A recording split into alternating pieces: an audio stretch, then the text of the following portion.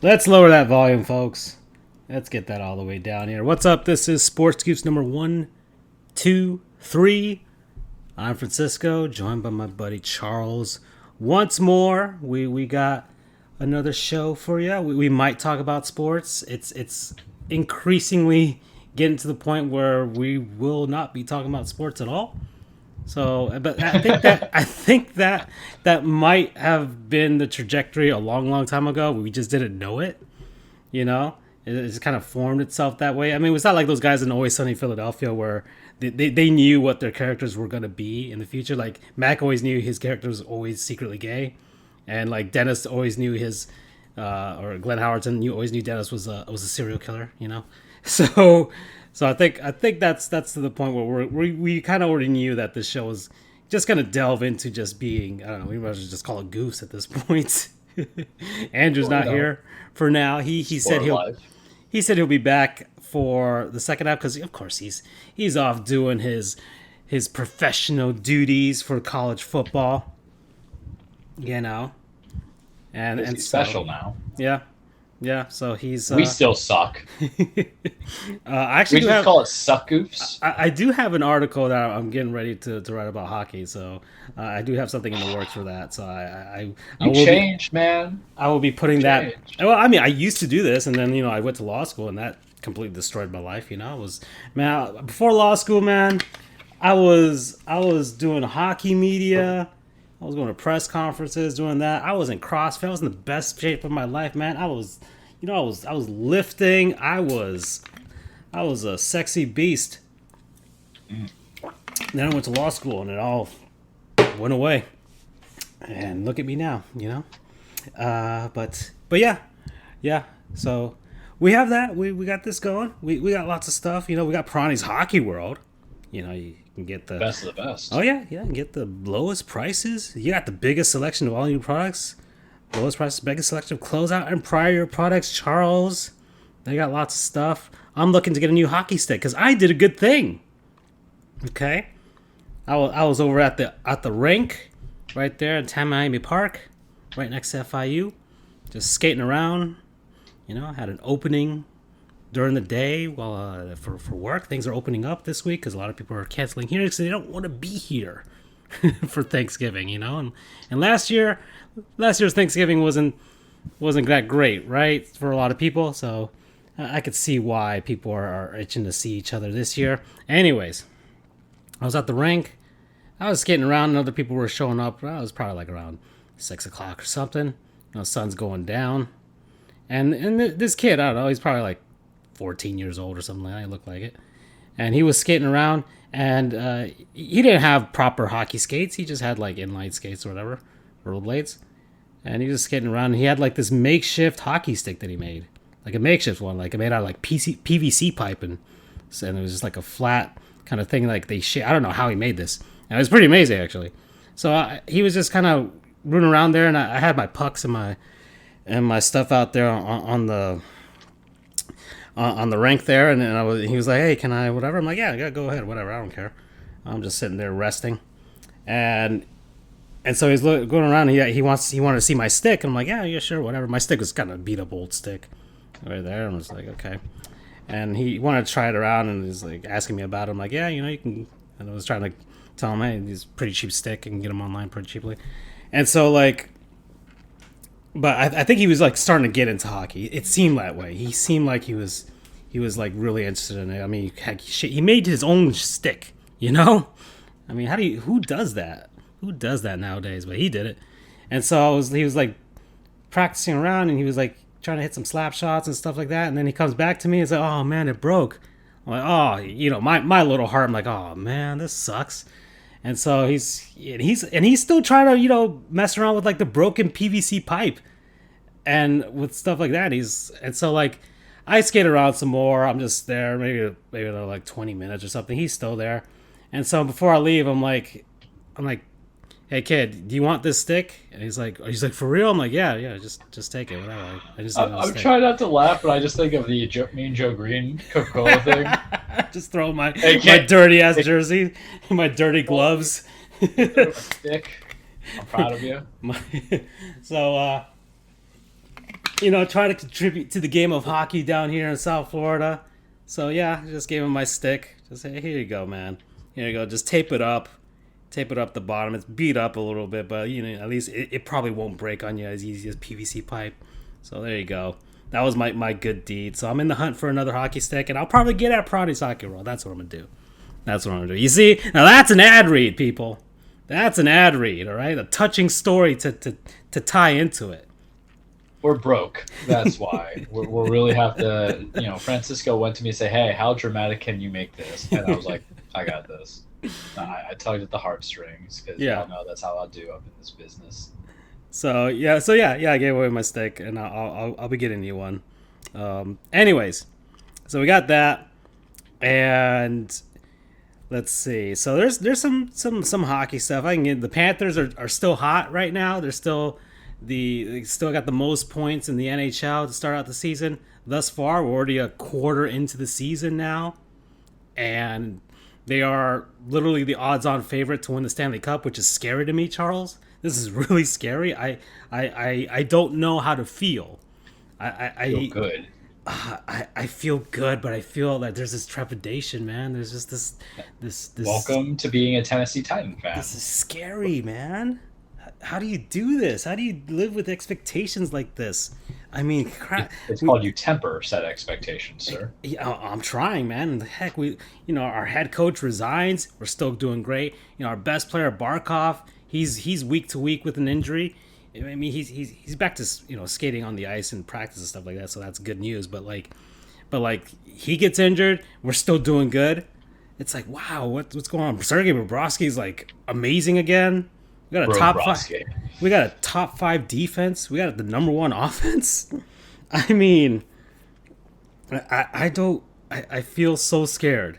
I feel so. Some people are like the Stanley Cup, the Holy Grail, this thing that I truly want to see for myself with the Florida Panthers name on etched into it, and yet oh man, my team, this team, the one that here in South Florida, the team that people forget about until it's April or May, and maybe the Miami Heat get eliminated, and then people will pay attention to them, but they got to make it past the first round for once at least, and yeah, it's scary. They're 10-0 at home, and they're the 4th team in NHL history to do that. So now we're getting into historical levels of greatness, and this team is deep. The interim coach is picking up right where Q left off. I don't know. We have an ownership that's willing to spend, like right up to the cap. You seem like you're in heaven. Yeah, we've got the arena. We got the dormant fan base. That's I guess it'll be like locusts if the Panthers actually go on a run. It's gonna be rats everywhere, man. Sheesh. Can you And this pleases me in a sense because I hope it happens. I hope the Panthers really do go on a Stanley Cup run because I want to see what South Florida looks like with a good Florida Panthers team and a shitty Miami Dolphins team. Well, I already know what's. Well, it's basically the equivalent if there was a Miami Marlins winning a World Series. Yeah, but but I'm saying that because if the Panthers do win it isn't going to be like a one and done type of thing. It'll be like, oh no, they're going to try and keep contending year in year out. It's not like the Marlins where they'll just blow up the team in like a year or two, Yeah, they're not going to just give up. Yeah, exactly. So that'll be the thing, right?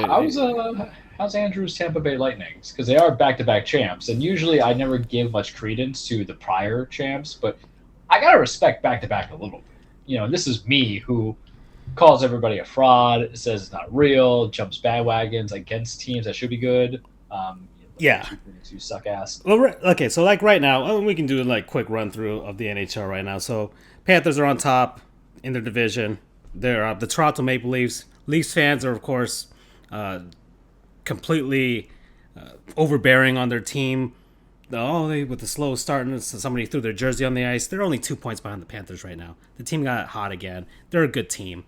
I don't know what to tell you. The only thing is they don't do good in the playoffs. The same thing with the Panthers. Same problem. They both have the same problem. They can't get past the first round. So there you go. And the Lightning are right there. They got 23 points. They're doing all right.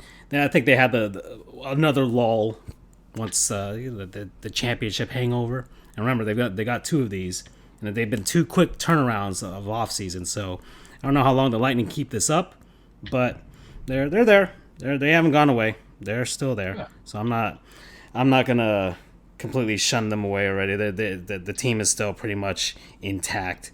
So that's that. The Carolina Hurricanes, another hot team. In fact, they have the same amount of points as the Panthers. Panthers beat them already the first time their one-on-one matchup this season. So we got that at least.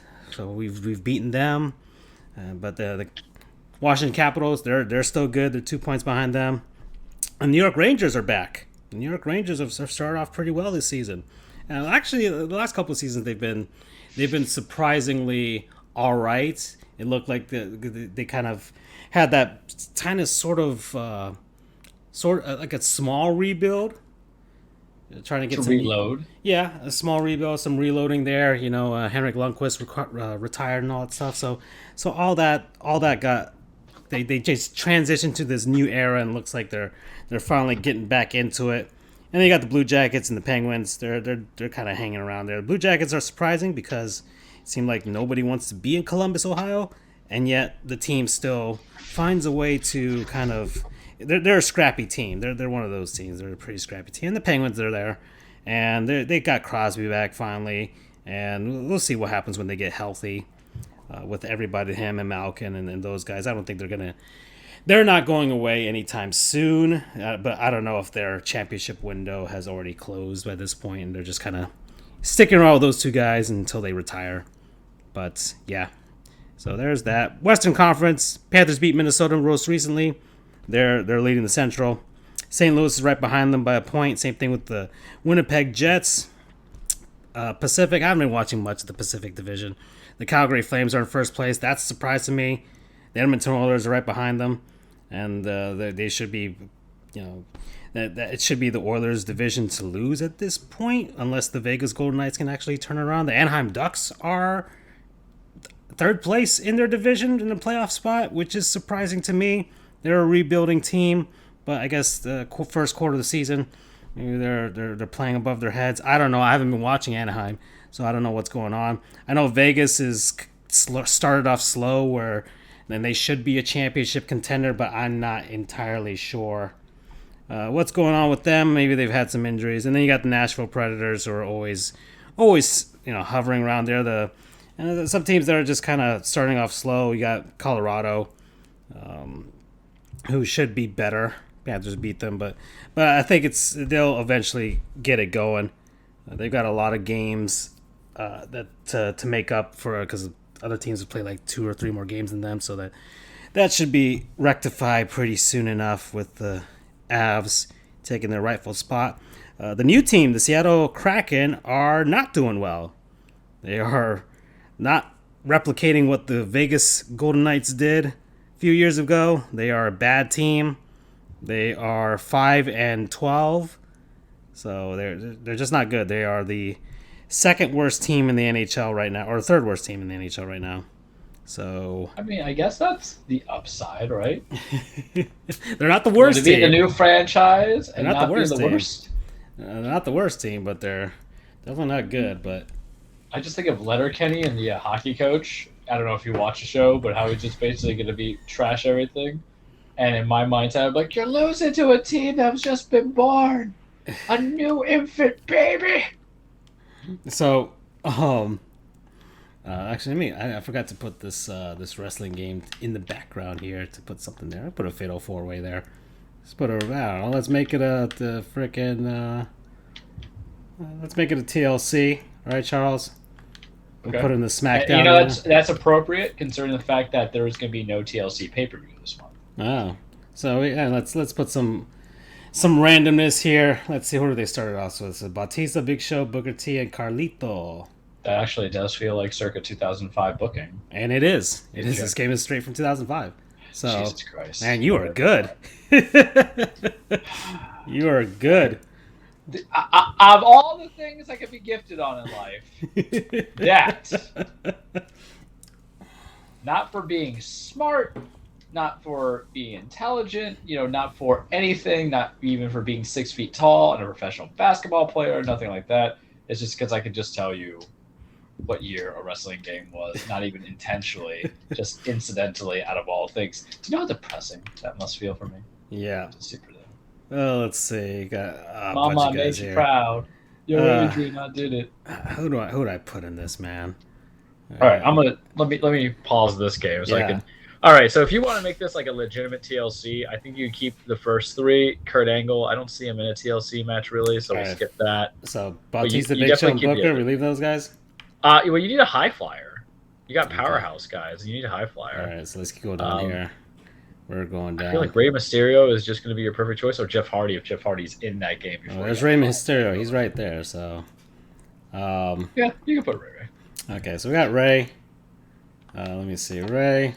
Because I don't think Eddie Guerrero had died yet, got so they didn't really give him the push until they could pop him off of his Batista. Let's see. Christian Eddie Guerrero's here, so there he is.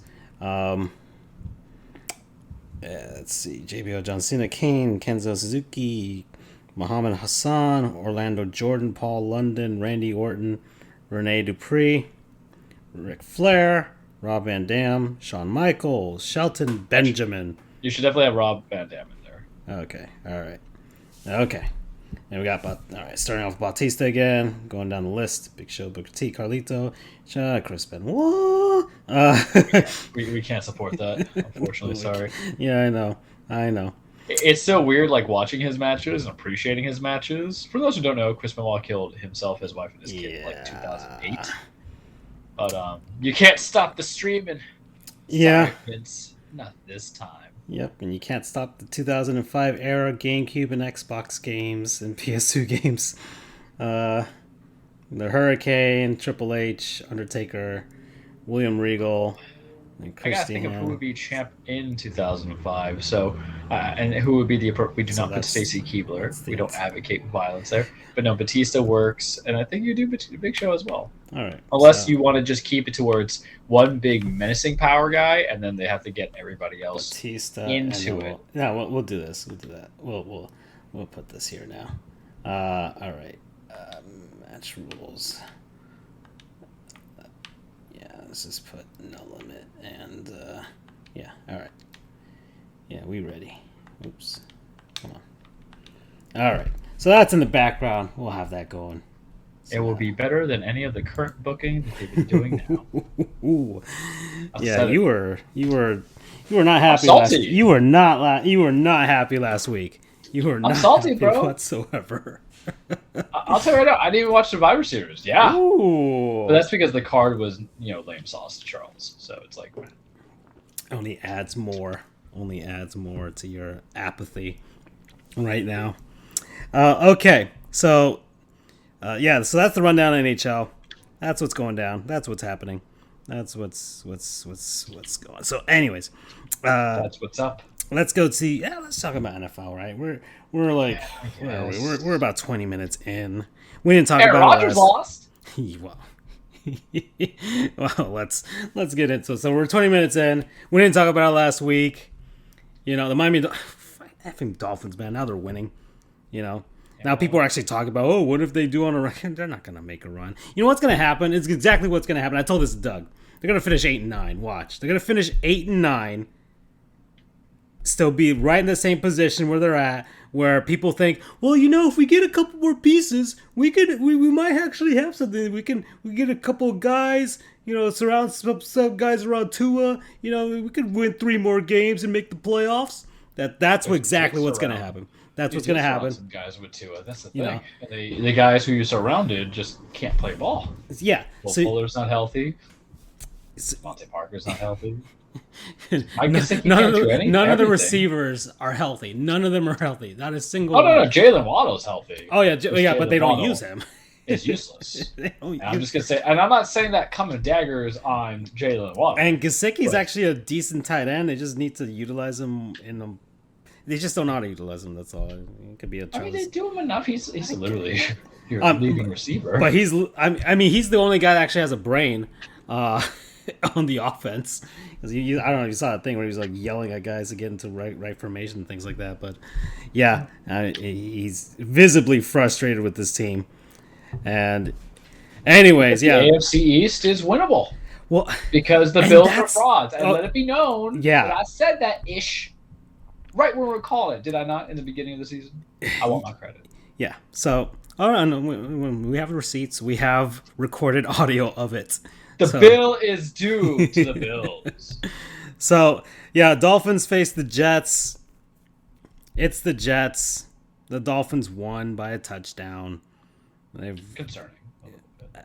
They've won 7 of the last 8 games against the Jets. Sure. And I... Is that even a real rivalry anymore? It's not. It's definitely not. It used to be back when the Patriots weren't dominating. Back when y'all were just fighting over who's the best lover to Chad Pennington. Yeah. And then it's like once the Patriots just won those initial 3, it was over. It didn't matter the rivalry between any other teams. It was just like, oh, can any of them stop the Patriots? And none of them could. I think they all had their shots. We might not be stopping the Patriots. The Dolphins had a couple seasons there. The Jets had the Rex Ryan, Sanchez era that they for like a couple seasons, and then the Bills at the tail end with Tom Brady. But it really doesn't matter. Anyways, Joe Flacco is still in the NFL, everybody. Joe Flacco actually is a competent backup. So. Look at this. He's lost 14 of his last 16 starts dating back to 2018. But I mean that's I hate those kind of stats though. Yeah, I know. Because look at where he was playing at collectively. Yeah, Denver, which was a bad team, and then the Jets. So like no, let's I'm not saying Joe Flacco is a guy that I would Brad Dilfer it out with, or Brad Johnson out with, or Trent Dilfer. Sorry, I merged them. Yeah, you did. Well, they're basically the same guy, right? So, I think people like Brad. honestly, if you put Brad, I almost said this myself. If you put Brad Dilfer, if you put both of them in front of me and just told me their opposite names, I would be like, that's definitely him. Okay. I couldn't tell the difference between the two, you know. So we talk about punchable faces. Is Trent Dilfer like a punchable face to you? Let's see. Hold on, what he looks like. Oh yeah, that's right. That's what he looks like. He's on TV. That's right. I feel I'm like not coming at it like a hater. I'm coming at it as a observer. Him having that Super Bowl ring kind of gives him this sort of arrogance False in a sense. Exactly, where he has a Super Bowl ring, but it's only because he was on that Ravens team with like the amazing defense. That's it. That's the only reason why. He's the only guy I know that you won a Super Bowl and the team didn't want to sign you back. They were like, "We'll take the chance with Kyle Boller. Thank you." Yeah, and I'm like, the kids were like, "Who?" Kyle Boller was a not so good first round draft. That is a player remember forget. That is for sure. He was either first or third. All right, let's make him our player remember forget. You know, because I didn't even plan that segment, and that kind of that makes a lot of sense to put as someone because man, I haven't heard that name in forever. Let's go. What did Kyle Boller do in his career?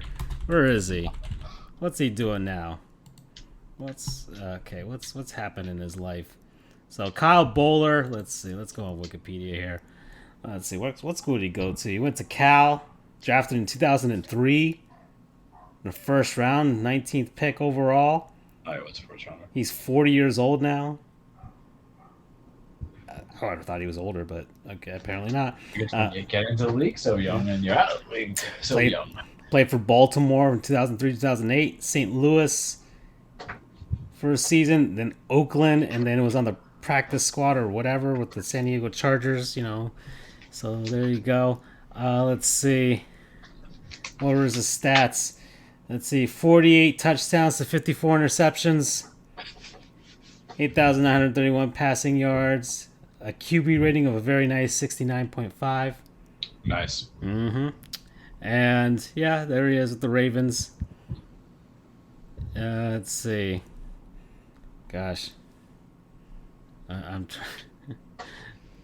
The personal life, let's see. He married former Miss California USA. And then they had a child in 2011. He had a second. And I guess we don't know what he's doing. I don't know what he's doing in his life right now. So there you go. He's living that good life. He's in a quiet life. You know, he doesn't have to put himself in front of the TV like Trent Dilfer does. with that one Super Bowl ring. If he doesn't win the Super Bowl, Trent Dilfer's not on TV. I bet you. Yeah. I bet you he's not. Let's see. So it'll be Rich Gannon. Well, Rich Gannon, I think, is already on TV, but yeah, still spread that love. Yeah. So there you go. Yeah. And that's it. That's what I don't even know. That's all the stuff about Kyle Boller. Well, remember to add on about Kyle Boller is that he basically replaces Trent Dilfer. Yeah. And then what occurs is that they're like, "Oh, Kyle, you're not doing it." Then they trade for my boy Steve Young. Mm-hmm. And then Steve Young breathes into a 13-3 year, and then of course typical Steve Young gets injured right after that, and that leads to the Joe Flacco era. But technically, they went for Troy Smith, and that was like disaster in a ball with that man, and it didn't work out. And then they're like, we're going to draft a certain Delaware quarterback that we just talked about, Joe Flacco. So it was the first ever player we'll never forget that came full circle. Yeah, that's right. So here we are. Okay. So that's Kyle Boller, everybody. And that's our talk about the Jets and the Dolphins. I don't want to talk about no more. The Patriots beat the Falcons 25-0. It's not even fair. Why even put that on Thursdays? Can they just flex out? You know how they used to flex out some things? Yeah, the Monday night games. Yeah. This is not the game that you want to see on a Thursday, homie. Yeah. Trust us. I mean, this was initially how Thursday night football was, right? It was just a bunch of crappy games that I can never say I've seen a good one. Yeah. I can't say. I think it really is for teams that would never get a Sunday night or a Monday night game. And it's like, just put them on Thursday night and make them feel like they have a prime time game, but they kind of don't. And so the Patriots, they're in first place now. They're 7-4. Look at that. Bill Belichick gets a quarterback again, and I don't know. We're back to 2001, everybody. All the dudes you spend money on. Yeah. There's a point to be proven is that with that talent that was so depleted last year, because it wasn't just offense they spent money on. They spent a crap ton of money on that defense. Yeah. Matthew Judon, all that. But it goes to show big pockets matter, so quit being small change with some of these teams out there. So, and Matt... I just don't know who their running backs are. I know it's Damian Harris and then J.J. Harrison, whatever his name is, but that's what I'm saying. They just get dudes to be good everywhere. Let's see. So, rushing yards for that game, Damian Harris, 56 yards. Ramondre Stevenson with a very nice 69 yards there. There you go.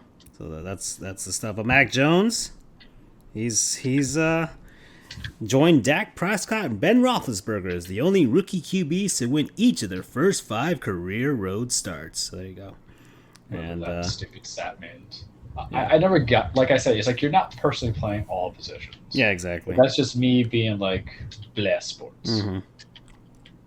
And Bill Belichick with 5 straight games. This one actually matters because it's like, okay, he's the coach. He's directly involved, right? 5 straight games. His longest single season streak as a head coach without Tom Brady. So there you go. And Matt Ryan is 0-5 in his career versus Bill Belichick, including the Super Bowl. Can we just free Matt Ryan from the Falcons? They obviously do not have a clear-cut plan. Oh, yeah, the Falcons are. Poor guy is just subjected to such terrible pain. Yeah, so he's there. And, yeah. Eagles beat the Saints 40-29. Not even fair. So Jalen Hurts, first QB in Philadelphia history with 3 rushing touchdowns.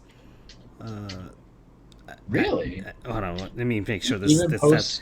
3 rushing touchdowns in a single game. Not overall. Okay. Because I'm like, I'm pretty darn sure Donovan McNabb scored a few rushing touchdowns. I was thinking Mike Vick, man. Oh yeah, that's right. He was there. That was his image rehab city, right? That's redemption. Yeah, exactly. All that. Yeah.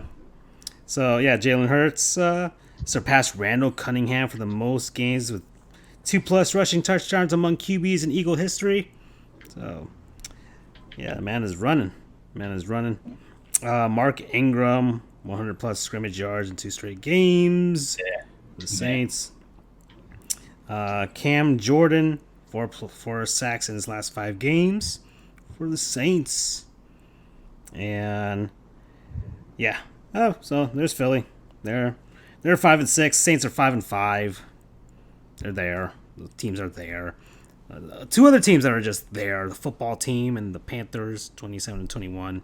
I have nothing to say about this game. The return of Cam that got spoiled by Riverboat Ron. Yeah, that was the only feel good story about that, right? Was Cam Newton returning? And it kind But of then you lose. yeah, well, but he scored.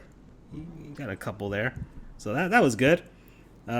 Anyways, yeah, and they lose to Ron Rivera, right?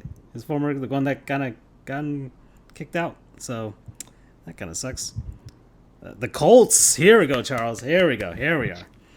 Right. Carson Wentz could score some points. Huh? I mean, I don't think he's been all right with the Colts. I keep thinking he's gonna die every game, but I don't know. It's just kind of his injury history. I feel like he's always on the cusp of a catastrophic injury of some sort. But Well, when you don't play real teams, it all comes easy. oh yeah, that's for when the Buffalo Bills don't look like a real team anymore, huh? So. 41-15. Man, the Bills have not.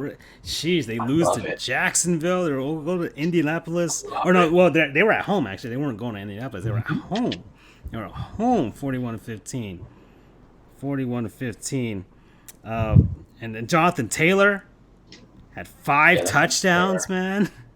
No, I'm insulted. I'm gonna take this right here. Here we go. People are trying to pull this whole Jonathan Taylor for MVP crap, but when I was calling that stuff for Derrick Henry, so stop putting MVP to any guy just because they helped you win your fantasy game. That ish stops here. And we know Jonathan Taylor's a good running back. That's why Marlon Mack was left in the aftermath of irrelevance. And Carson Wentz, well, I can tell you now, when the game's on the line, he chokes. So, ha ha ha ha ha. And I can speak that from how we just handed it to him a couple of games ago. But stop it with the Jonathan Taylor stuff. I did say that the Colts were a legitimate playoff team. We have the benefit of being like 3 games up on them and then cleared them out in a sweep. So I wouldn't want to play them because they're kind of like us. They're scrappy. How they're built. They're scrappy. They're built, and then I don't think the Colts have ever given up on a game. They always seem to just kind of try and make something happen. Unlike the Buffalo Bills. Yeah. This is a second part of feeling right, because I had to put that Jonathan Taylor for MVP stuff to rest. Yes, I know he is now the leading rusher, kids, and he will soon be. However, he only got to be in the leading rusher when the true leading rusher, the true king, was out, and that was 3 games later. Yeah. Recognize my realness. Yeah, I know. Please. Mm-hmm. That ish I cannot take. As Gwen Stefani would say, this ish is bananas. BANANANS. But the Colts, they're not a team I necessarily want to play, and they also suffer from everybody's injured too. Yeah. So best of luck to them, because I'm not too concerned about T.Y. Hilton, but healthy Michael Pittman, along with some of the other guys that they drafted. I don't want that smoke. You know what I mean? I don't want that smoke. Even though we're built well defensively, I still don't want that smoke.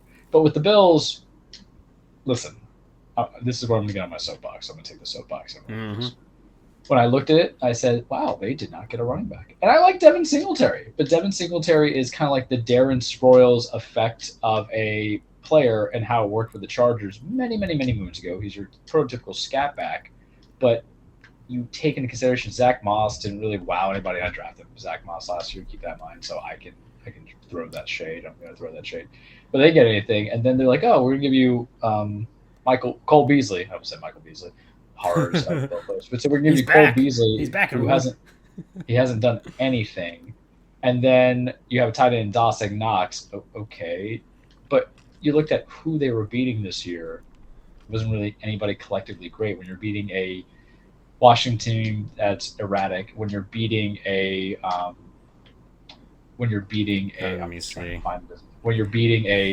Texans team that doesn't have Tyrod Taylor to start, and you're just going Davis Mills, some things don't kind of working together. But y'all want to harp on that and you want to break bread on that and why your team's legitimate, and they might get it back, but they might cost themselves because they don't game plan properly. So the Colts have beaten this year. Let's see, where are we going? Not back us. Here? Let's see, when was the start of the season? So they their opening game was against the Seahawks, right? So they lost. They lost close game to the Rams. They lost to you guys. They beat the Dolphins for their first win. Yeah. So there you go. They lost to the Ravens in overtime. Then they beat the Texans. The Texans are bad. They beat the 49ers. Then they lost to you guys again in OT. Then they beat the Jets. Then they beat the Jaguars. Now they beat the Bills. And the Bills can't beat anybody who's a legitimate team. I'm still salty by the fact that people did not give us our credit for beating them. That's why I'm also additionally bringing that hate train to the Bills. I can live with them like doing well. They were great last year, partially I feel because it was like, oh hey, we have Stephon Diggs, and then for some reason, no one wanted to cover Stephon Diggs. This year, people were like, we're going to cover Stephon Diggs. Yeah, it's going to make sense. We're going to do this. And now you're seeing the byproduct of it because they've already lost or matched all the games they lost last year this year, which could be concerning when you have a 7-4 Bill Belichick team. And I'll tell you now, we're losing to Belichick this week. You know, I told you guys the Texas game was a trap game, but the Belichick team, they're not even the Patriots to me. They're just the Belichick team. Yeah, are structurally sound and they're just complete. Yeah. So they're going to go a nice. They've got a rhythm going too. They got a good rhythm going. Because it's fundamental football. We play that too. It's just we just can't do it with a 36-year-old running back, and that's why we waived him. So bye Adrian Peterson. But that's all I got on Bills. They're frauds. I'm not convinced. Yeah. So and like the Patriots, let's see. So they've and look at the teams the Patriots have beaten. So just to evaluate kind of the AFC East. So they lost to the Dolphins. The Dolphins barely won. So that's part of their one game that it's like we should have had that one. It was that one. Then they go off beat the Jets. Then they lose to the Saints. They lose to the Bucks. Then beat the Texans because that's what everybody's doing. They lose to the Cowboys, and then they start getting on a roll, right? They beat the Jets again, so it's like, okay, all right, they got the sweep there.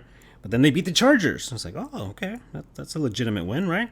Then they beat the Panthers. We're just there. They were frauds. I got off that bandwagon. Then they beat the Browns, and then they beat the Falcons. And it's like, okay, they're racking up some wins. They're racking up wins against teams they should beat. Yeah, and that's the best. Which is not what the Bills are doing.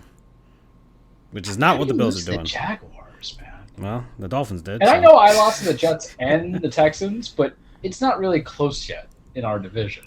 The Jets are good for like 1 or 2 upset victories per year. They're good enough for that. They always get 1 or 2 of those, right? But the Bills have not beaten the teams they should beat, and the Patriots have been. The Patriots have lost to teams they should have lost to, and they've beaten teams that they should have beaten. So that's what's going on right now with them, and then that puts them in first place because the Bills are not doing that. So that's what's going down.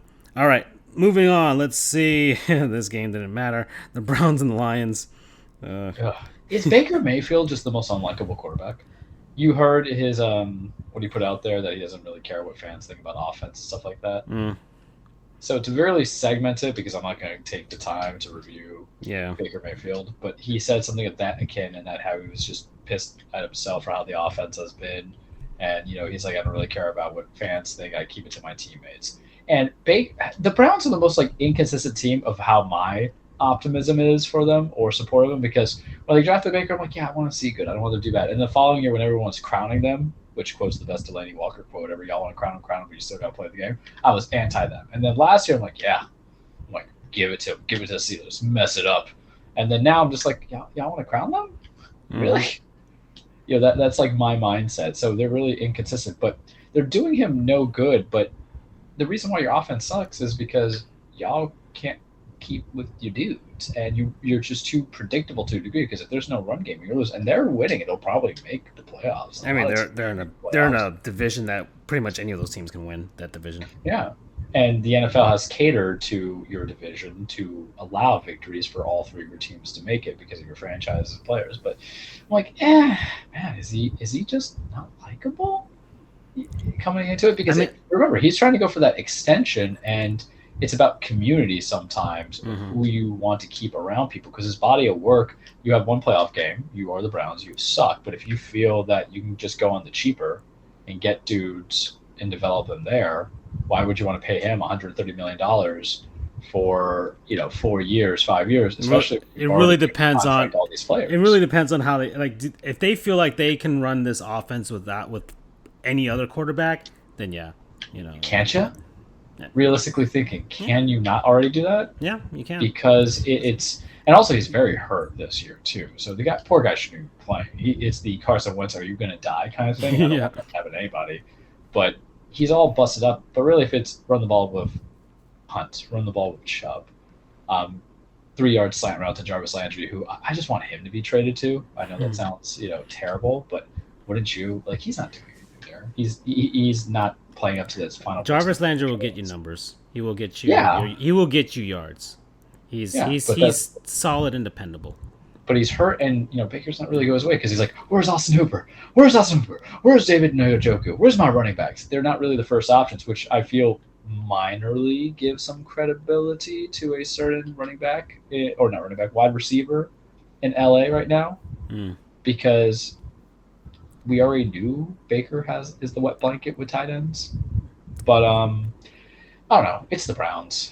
Yeah, we're not going to meet them. And they're in the North, so they could legitimately win that division just by winning out the rest of the division. I don't know, games, because a certain team, even without my MVP choice of the year, that's not Derrick Henry, Lamar Jackson, can still win. They're in first place, so if they keep it together and 8-2, I think, they're the Ravens. They're 7-3 right now, so they're a game up on the Bengals at the moment, and of course that Steelers have the tie game that they have against the Lions. With the Lions, that hurts them. So, and then the Browns are there at 6-5, so they're still above 500. And look, the Ravens lost to the Dolphins, so that was a thing. Like, the Ravens are perfectly. Thank you for that, because that's what helps me. The Ravens are perfectly capable of like playing down to their competition or just like having bad games. So there's a possibility that they could lose that division, but it's theirs to win at the moment. I think we're all just anybody but the Steelers in that mentality. I don't know. It would be pretty funny if the Steelers won that division with a tie. And one last hurrah for Ben Roethlisberger. And I'm not really an anti-Steelers fan. It's just this year doesn't feel right because I think it's because how they've drafted. And when you try to be that historic franchise and give people money, and then when you realize your backup, your successor right now is Mason Rudolph and a Dwayne Haskins, who you don't even know what you're getting out of it, I would be kind of livid. Yeah. I always look at teams who are not my own that I don't want them to succeed if they really just kind of pissed on the franchise a little bit. So that's why I'm always kind of like very anti to certain teams throughout the leagues and MLB, football, and basketball. I don't care. Basketball, I like seeing the same team suck. I know it sounds terrible to say, but every time that I see the Minnesota Timberwolves are doing bad, I'm like, it's pretty reliable. In the world. Yeah, it's like, that's reliable, right? I don't know how to explain it. The Magic sucks. It's like, oh yeah, of course. Yeah, it feels good, man. Like, it feels good. All other sports, I'm like, that's why you get kind of excited for the Browns. You're like, hey, this is good for them. But if it's that other team, I'm like, this is great. Yeah, if the Sacramento Kings ever became good, it's like, what? I mean, I kind of had Christmas came early for me when I saw Luke Walton. What was the first thing I did? I'm like, Luke Walton's fired. Hey, that's right, because it's just the norm. Yeah. I need that in my life. Yeah, Luke Walton. Because you could only feel good about a franchise like dying, like when the Lakers went into the sucking years, not once but twice. Because there was a 2-year. There was the Luke Walton kind of era, and there was also the Mike D'Antoni, beginning of the end for it all. And you're like, it goes from there. But you want to see basketball is very weird, and I think everybody agrees with me. It's good for business when the best teams succeed, except for the Knicks. The Knicks were never really a good team in a franchise history, in my opinion. So there you go. I mean, the '90s was like the best, like where the Knicks were legitimately a good team in the '90s. So 20 years later. Yeah. So, but I know. Millennium kind of screwed them over. Anyways, let's see. 49ers beat the Jaguars 30-10. I didn't pay attention to that game, so I don't care. So we got the Minnesota. Minnesota. Here we go. Charles is about to take off those pants right now. Let's see. So, out in Minneapolis, Minnesota, rivalry game between the Vikes and the Pack. And Vikings. Justin Jefferson's a beautiful, beautiful boy. So here we go. So gifted. He's still baby vessels for me. 34-31 over the Packers. Okay, Aaron Rodgers played the game. Second game back from the whole immunization fun that he had the other day. Okay. Throws 4 touchdowns, 385 yards. All right, you got all that. But hey, Kirk Cousins, 3 touchdowns himself, 341 yards, 435. He had himself a good game. All right. And yeah, the insights here on NFL, just throwing out here all the stuff Aaron Rodgers like surpassed Drew Brees, tied Brett Favre, and all the other stuff. But that doesn't matter, right, Charles? You know what matters? Wins. Yeah. Y'all settle too much on your fantasy football love, and he ain't producing that dubs. And this time, he is 2 weeks away from the rectal ivermectins. 2 weeks out. So and puts the Packers. The team that can't close, who finally closed out. All is right. The Vikings are so. It's. I wouldn't want to play them. But I would love to play them. Because I know I'm going to win it if I get the ball last. If they can get their stuff together, they can make a wild card run. I mean, right now, I haven't even looked at the standings for the NFC. That team is to be honest, fundamentally sound. It's just bad coaching, plain and simple. And I like Mike Zimmer, but Mike Zimmer, you think about it. They've lost like games in the last minute, man. Mm-hmm.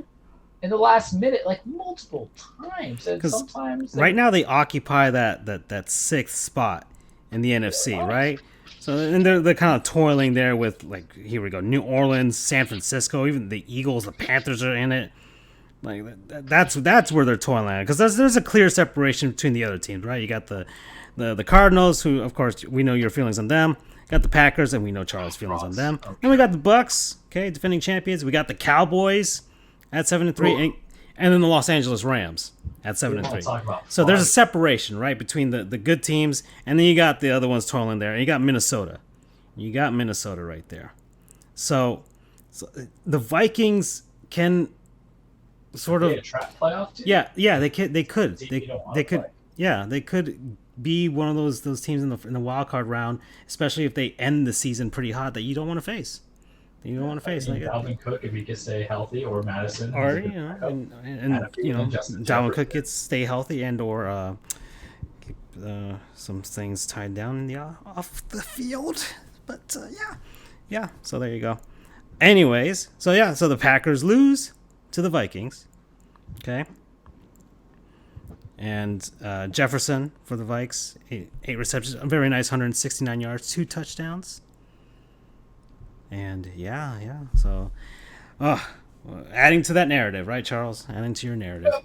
Adding to my narrative. Yeah. Winners win all the time. Guys who just get your points on fantasy football because everybody loves it, just get your points on fantasy football.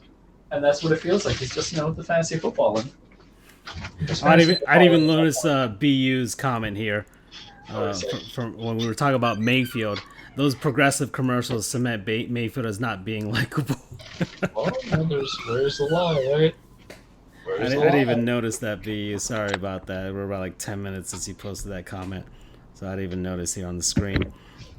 But yeah, I don't know why. Let's see. Oh, no wonder my chat's kind of closed here on my my software here. It usually is much bigger, so now I can see it. There we go. There's that. I just wasn't fully paying attention to it. Yeah, but I have them here in giant letters, but the window that had it was kind of was shrunk, so I didn't see it. So, anyways, it's also like a triple threat match in my room because all my pets decided to come in because they were scratching at the door. I'm like, okay, how do I do this delicately? So it literally feels like a TLC of who could be the supreme dominant animal, which is always great because every show there's always an animal interference. Yeah. There's like my dog's barking, or the cat's like, "Yo, man." And I'm like, "Are you guys hungry, or do you want to give me love? Because you're animals and you're cats, and you don't give a shit about me. You just want me to feed you because you own me, and I feel guilty." Okay, we got the Ravens beating the Bears, 16-13. Man, fire Matt Nagy. I feel bad for the guy, but. You had it, and then you lost it, and you've already lost Khalil Mack. Justin Fields, they think, is the guy. I said Justin Fields is the second best guy, but you actually need dudes to kind of see that. We love David Montgomery, but you had that, and the last minute just disappeared. And then the Ravens winning with Huntley, and you're like, what?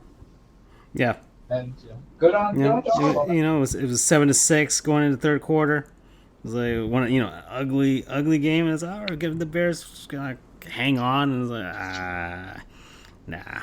So all right, so Ravens win. They pull out a win after losing to the Dolphins. They needed that. They needed to keep them separated from the rest of the division. Bengals going into Vegas, beat the Raiders. Like the Raiders can lose throughout the entire season, and they're still winners just because John Gruden's not their coach. So good for them. But come on, man. They had to sign Deshaun Jackson. Well, obviously wasn't cutting it to replace the speedster that was Henry Ruggs, and it's just falling apart at the seams. And that's just how it is now. But for the Bengals, I'm not scared though. I'm not scared of Jamar Chase. I'm not scared of Joe Burrow. I'm not scared of any of them. No, it's not really that they're a scary team. It's just they're a team that is building towards trying to be scary in the future. They're still in that transition phase, right? I think that's how I see it with the rebuild. And then, okay, now they're in a division that kind of allows them to stick around. And, yeah, there we are. To be fair, though, we did not really see what a full season of Joe Burrow would do for the Bengals because he was injured. Yeah, I mean that was their fault last season. Yeah, so that was. So I'll give them that. But hey, they're 6-4. Bengals gonna Bengal. I know, but they can still finish like 11 and I keep forgetting the math. They can finish like 11-6 or something. Yeah, so there you go. They can do that. So that's a possibility. 10-7. Just depends how they finish out with their division games. All right, so Arizona beats Seattle. Both frauds. Yeah, it feels good. Feels good though. My hate boner is just intense. So Russell Wilson loses 3. Here we go, another one of these stats that you hate, Charles. 3 straight games in single season, first time in his career.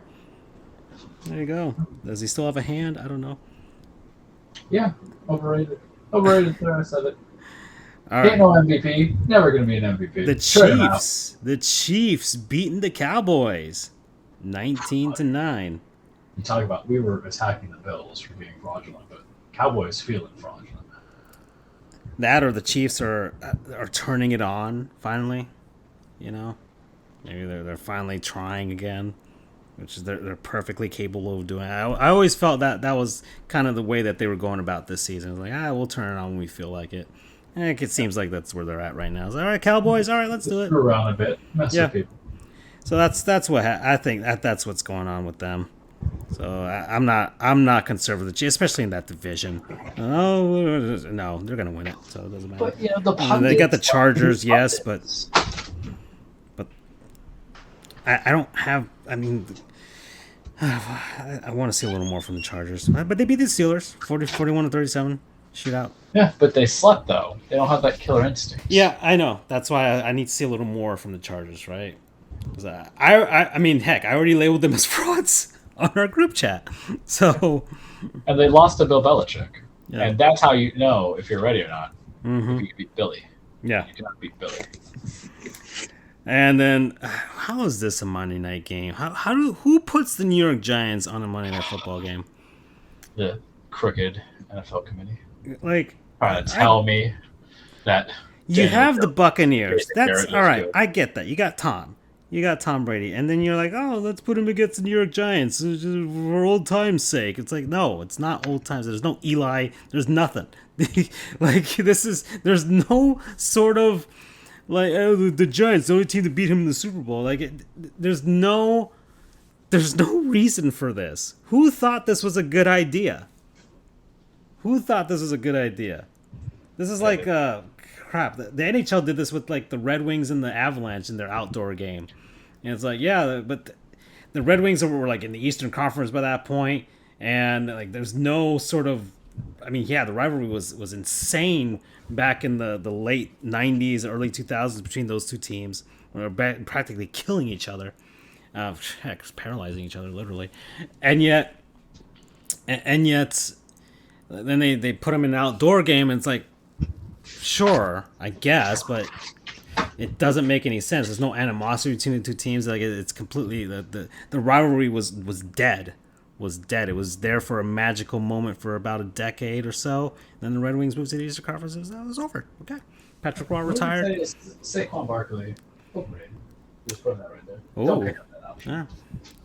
So. I don't care if he came back from an injury. How much leeway should we give you? You know, if you're trying to perform. Yeah. I don't know. I don't know. The New York Giants they're not good. Jones is not a good quarterback. They fired Jason Garrett, though. Yeah, well, think that will solve the problem. No, yeah. I think anybody who is not a fan of halfback dive, slants, halfback dive, fumble, I think punt. New York Giants fans are kind of they're lamenting the fact that they were so hard on Tom Coughlin and Eli. It's like BU says TVX executives wanted the viewership from the New York market. Well, yeah, that's true. Yeah. No, he's completely right. He's completely right. But I mean, how many people? Well, I can't say that. I'm sure there's a bunch of morons that are watching the New York Giants in New York. Well, much like there's a bunch of morons watching the Miami Dolphins down here, and so I get that, but I definitely did not. I was not going to pay attention. I knew that. Like, I watched Cowboy Bebop, so that's my answer to you. Like, I went to the most anti-football thing. I'm like, anime. Like New York Giants do not get me up in any sort of way at all. At all. There's no matchup for the New York Giants that like this season. You can put them against any team. I do not care who they're facing. I will not watch that game. They're just there. They're just a team that's there. There's just a team there. I don't know. And man. So that was that. And the Broncos and the Rams had bye weeks. So there you go. And so I forgot to see the NFC. We saw the NFC standing with the AFC. It was like, so you got your Titans still in first place.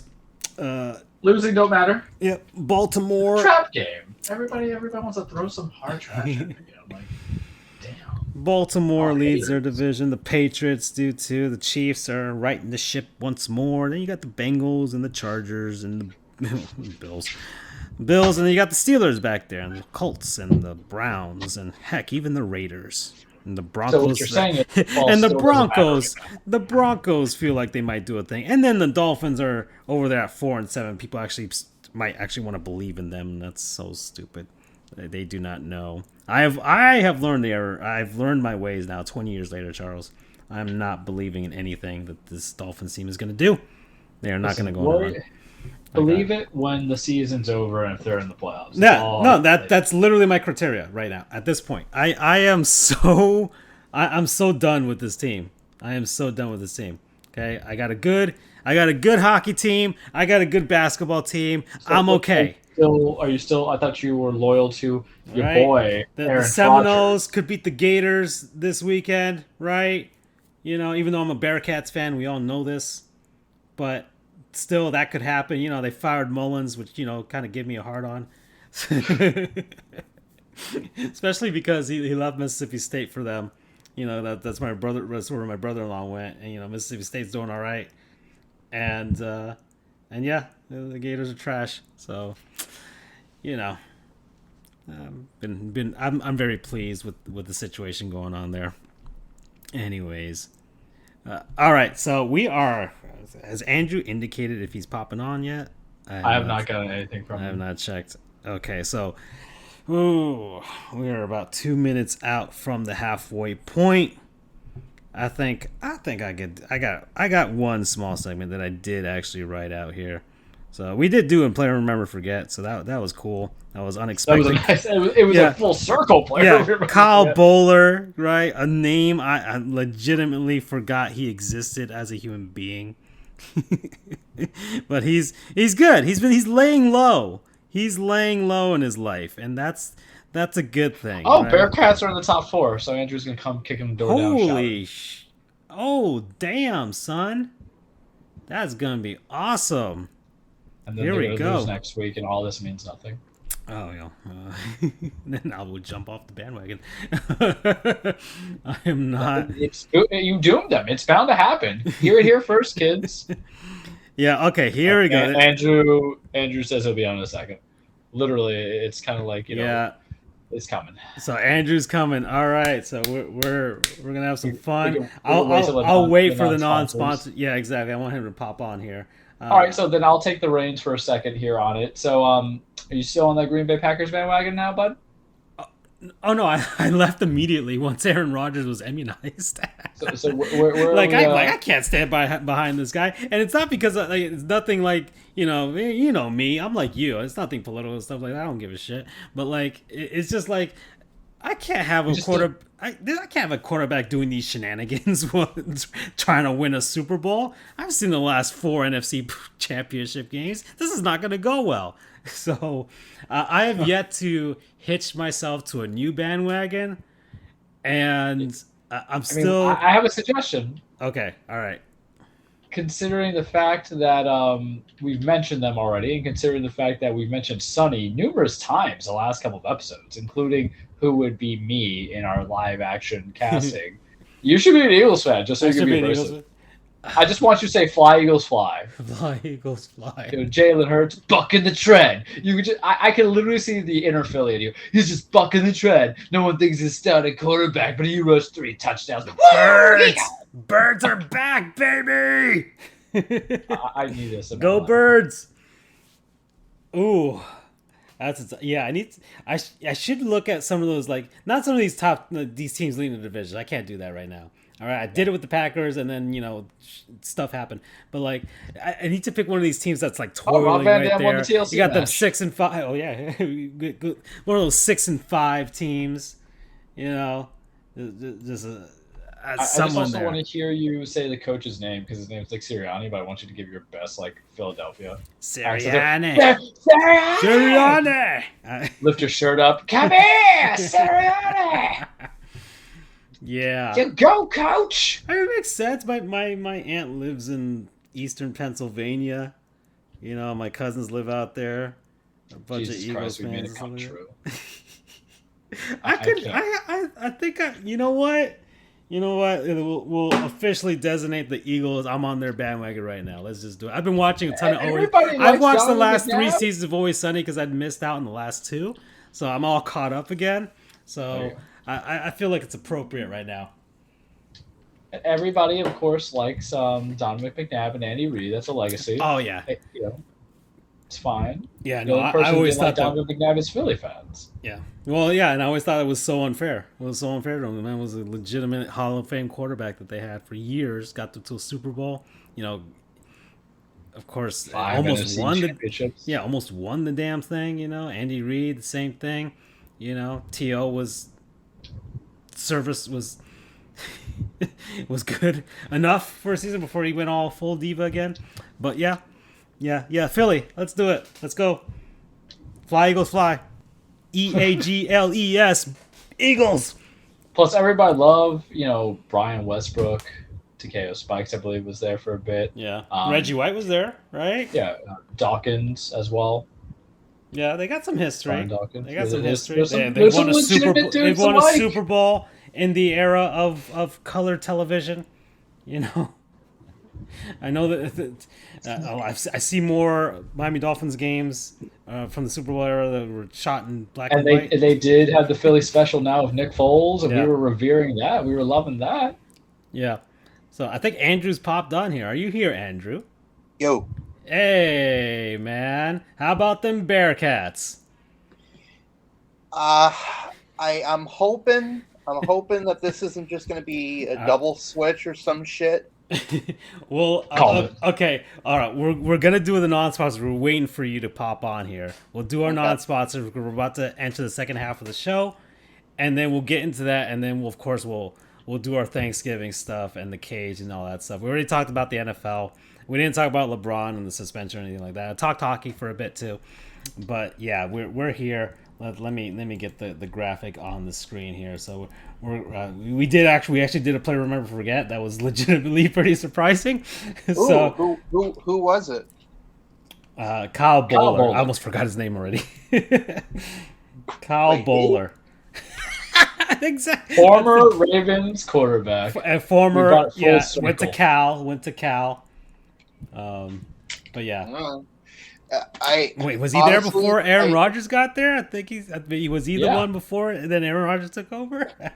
Well, Aaron Rodgers was before my time of getting into college football. Yeah.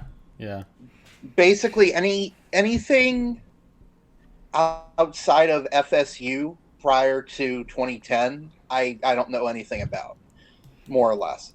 Okay. So, all right, player. Gosh darn it. Freaking We're from non-sponsors, people, places, things, concepts, what have you, that we have been enjoying over the last week.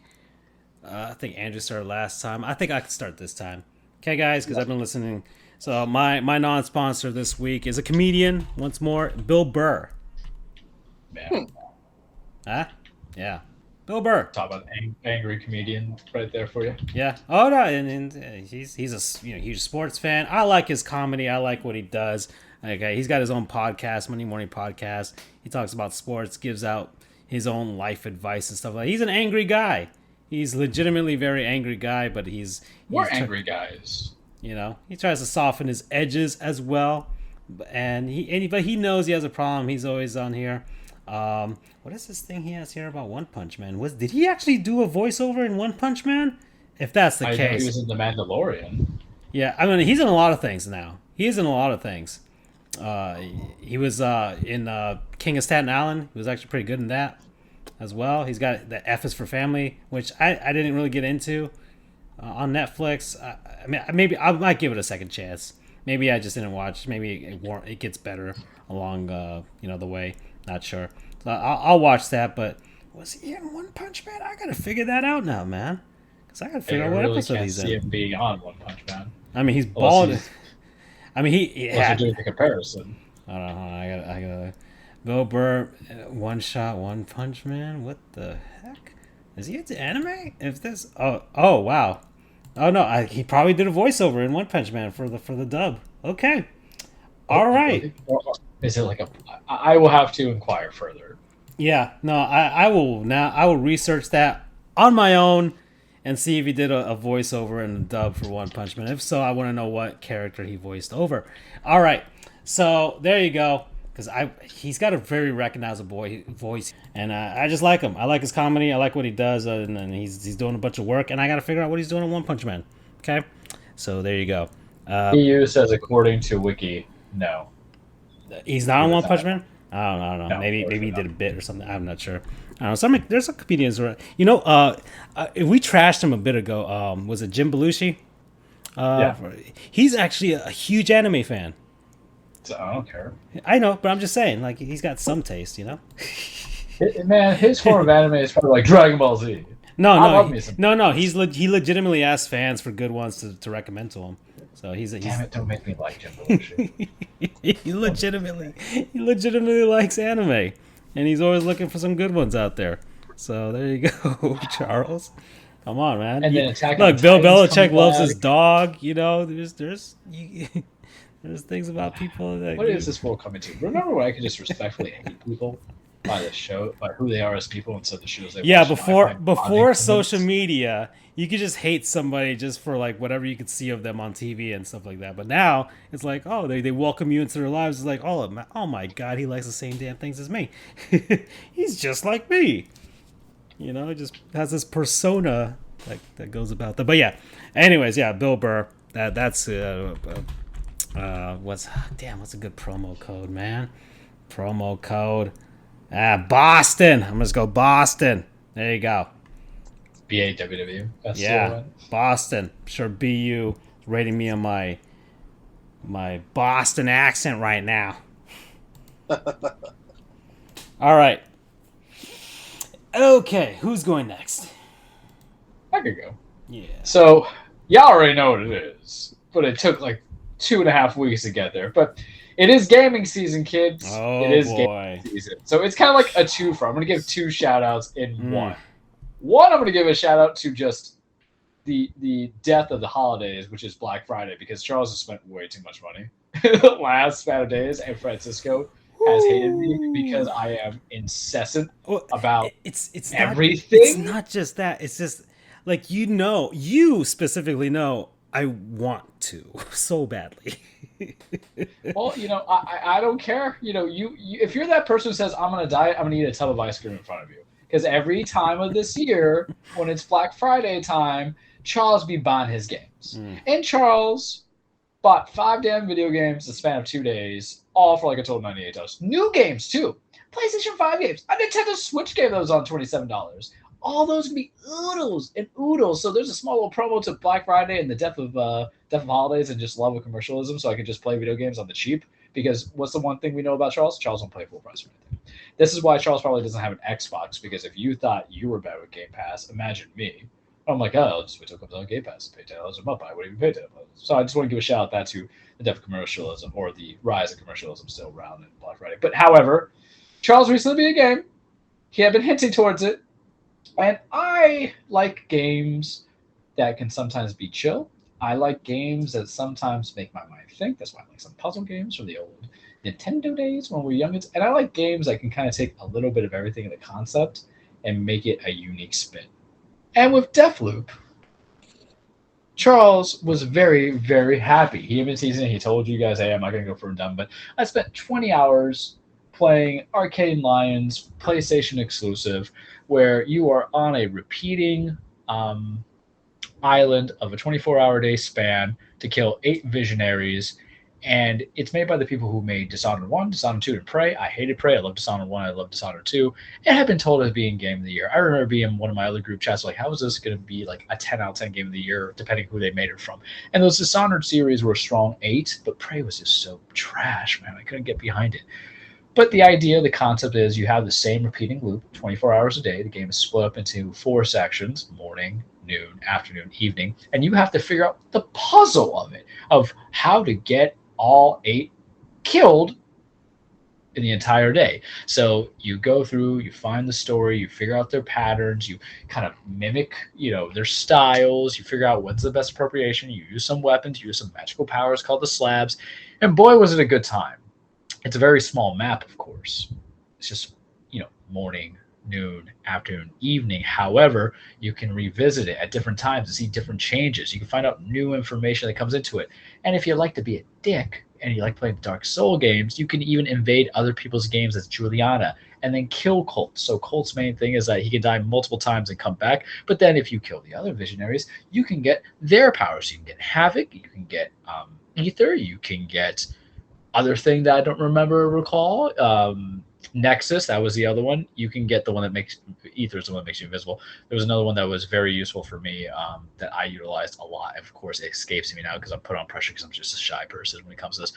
But what I liked so much about it was, instead of making me think and being intricate, and you get a lot of roguelike games where like it's a loop and you have to die to figure out the story. Actually, that's why I bought Returnal 4 for $8. But I like the idea that you can kind of like kill the visionaries multiple times too, because you have to beat the game, to break the loop, you have to do it within the whole 24-hour day span. So there's like one guy who has teleportation, which is shift, and I killed him like 5 times just because I could upgrade his slab upon killing him multiple times. And what I liked most about it is, even though I like Dishonored, even though I hated Prey, my problem with all of them is that they had a morality thing, and I like to play my characters as essentially good guys. I'm lame. What can I tell you? I'm an inherently good person. I don't like to go destroy things like GTA. I was the guy who did GTA missions as opposed to trying to get 5 stars and beat up on people with baseball bats. Everything else was, inconsequential. However, that would affect their endings if you did bad things. Here in Deathloop, that's not the case. Just go mess some people up because you're all bad guys and you're just trying to break the loop. And I finished it. I liked the ending. Some people were kind of frustrated with it. I thought it did what I needed to do for the ending because of the interesting lore. And I don't know if they make a series out of this in full because of the qualifications, but I did like it. 20 hours devoted. I try to play a little bit as Juliana and be a dick and invade other people's games because I wanted to get a trophy. But I would even kind of maybe replay it, but I don't necessarily have to, because if I know the pattern, I could just try to go again on the pattern. But it was interesting enough. I gave it 9.5, and I think it was just the rush of everything. When the emotions simmer down, maybe it's a 9, but it's strong. It's definitely in contention for my game of the year. I think I probably have time for 1 or 2 more games to beat to complete that list. Charles is going on vacation from the 10th to 20th. I think it'll be a staycation, and I did buy 5 games, maybe 6, considering if Charles picks up Madden for like $10 because he's got the goals. But right now it's in contention with Shadow Colossus remake for Game of the Year and Miles Morales. But big time enjoyment. And it was on the PS5, so it was one of those fully formed games. Because here's the thing about these new consoles, fellas, that you got to remember. A lot of these developers, what they were given, if it came out in the first year or maybe this is the first complete year, they're still probably running on the near like perfunctory performance of the console. We don't know what we're going to get in full blast. So I'm interested to see what they can do from there. So Charles likes Deathloop. Very fun, very big, very enjoyable. Might be my game of the year. Arcane, you did good. Now you're purchased with Xbox, so you're only going to make Xbox games now. So that's going to go to Francisco's. But y'all should do it. Promo code. What can I think of? Black Reef. Okay. Yeah, it sounds.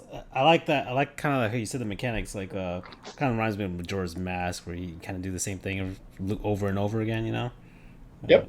And it has a very kind of cool vibe and aesthetic to it. Mm-hmm. Yeah. Yeah, I like the art style. Yeah, it looks good.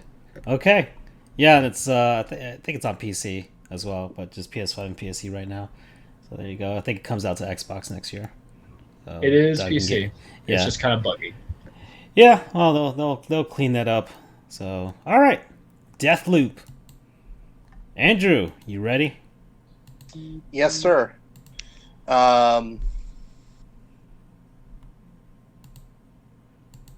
yeah. So I'm going with UCF again, but there's actually a reason for it. A little bit different this time. All right. So last week, out of the middle of nowhere, no one was expecting this. UCF up and unveils a new secondary logo. It's an updated version of the Nighthead, as we call it. We had used this old Nighthead logo since 2007 when we completely rebranded the athletic department from Golden Knights to Knights.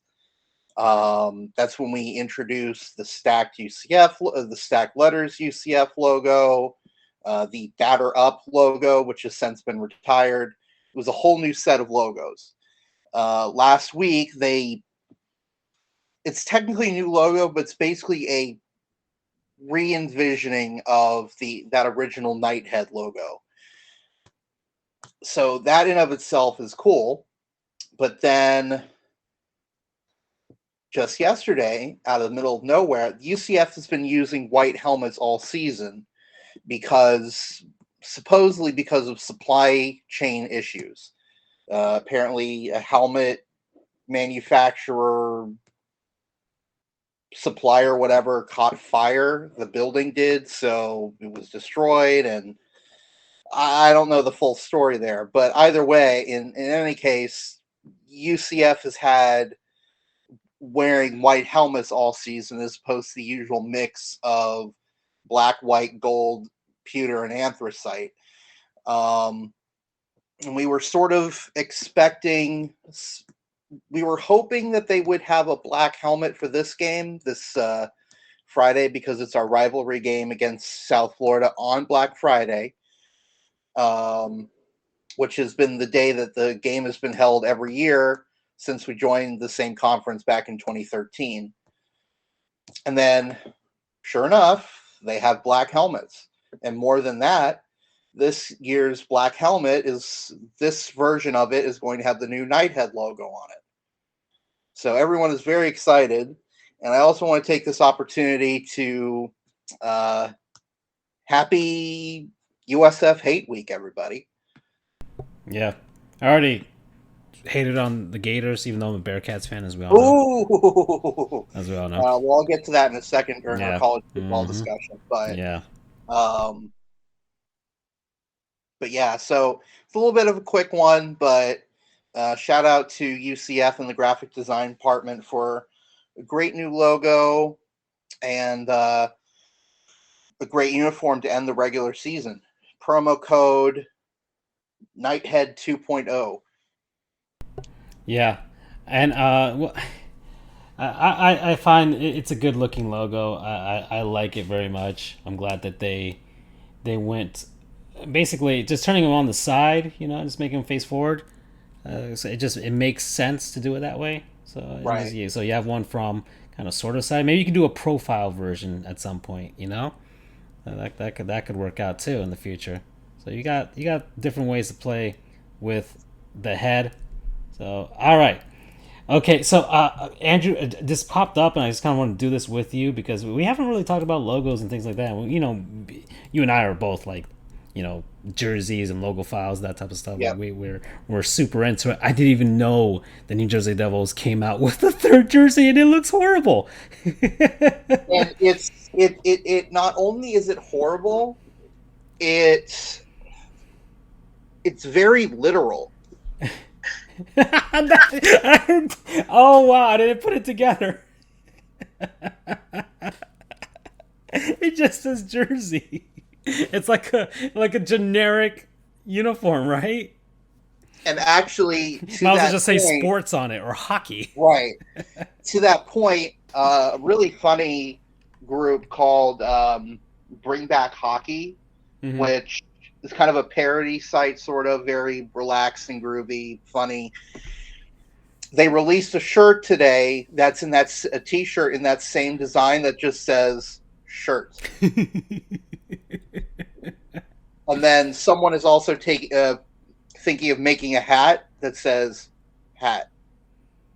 Yeah. Like, hold on, let me see. What's the reasoning for historic New Jersey hockey teams, including 1928 New York Bulldogs, also skated while wearing sweaters with white stripes below the shoulders and sleeves. Okay. As always, these days, the uniform is full of manufactured meaning. Instead of simply rolling out with an appropriate, we wanted to replicate the sweater worn by New Jersey hockey teams in the past. They're explaining away just about every stitch of this thing, providing answers to questions nobody would have otherwise asked. Yeah, the 21 counties. I don't know what did they put in their names on the bottom hem there. For the 21 counties that make up the New Jersey, 5 stripes on the left. Oh, they literally put 21 stripes on this jersey to okay. They make up every jersey, and even though people in New Jersey, a lot of them are Rangers or even Islanders fans, or if they're like South Jersey or whatever, they might be Flyers fans, because like was it Mike Trout's from that area, definitely Philly fan. So you got they fucking trotted out Martin Brodeur for this. Okay, with the 3 Stanley Cup championships there. Okay, sure. He has not aged well since retirement. Someone actually on Twitter asked if because apparently he had a hand in this. Oh boy! They asked if someone's number can be unretired. Wait. Huh? So Brodeur apparently had a hand in coming up with this design. Oh, and they wanted to unretire his number because they hate it so much. Oh gosh. I mean, this is just, it's not good. And it's just another line of bad third jerseys that are out there. I mean, I honestly don't know why the Devils changed their regular uniforms to away from their classic, the stuff that they've worn since the early 90s. Sorry, that's when they switched to red and black instead of red and green. Let me just say, I am not happy with what they did, because the way that the old jersey looked, it had this nice balance to it. But no, they had to go. Even then, it was like they made changes that were so like inconsequential. It's like, oh, we'll just get rid of the bottom stripe. We'll move this around a bit. It's like, what's the difference? I know the difference, but like, what's the point of doing that? Like, if you're not gonna go big, then don't go at all. And honestly, they don't have to. The Devils had a classic look. I don't understand what's the point. You won 3 Stanley Cup championships. You've been contending, that type of stuff, right? Like, it works. And the Devils aren't an ancient team in regards to NHL history. Really, that's why they went back to like 1927, whatever, for their roots in hockey. Because I think they came over in like 1980 or something like that when they moved from Colorado.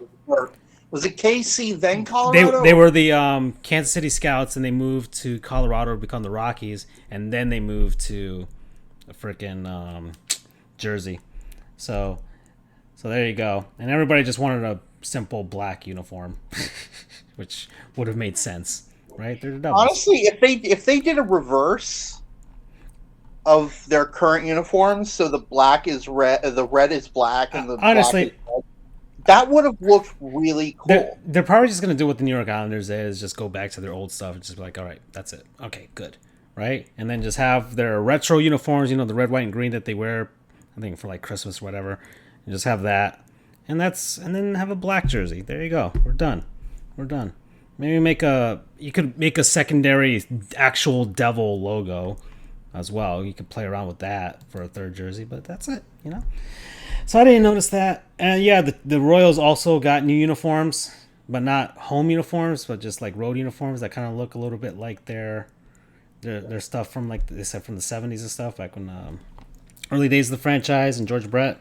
So it's not much of a change. They kind of just are changing it from the old, because they had Royals basically in the cursive along with accompanying Kansas City version of that, and now it's just block lettering with the Kansas City, which kind of reminds you of George Brett, that type of era too.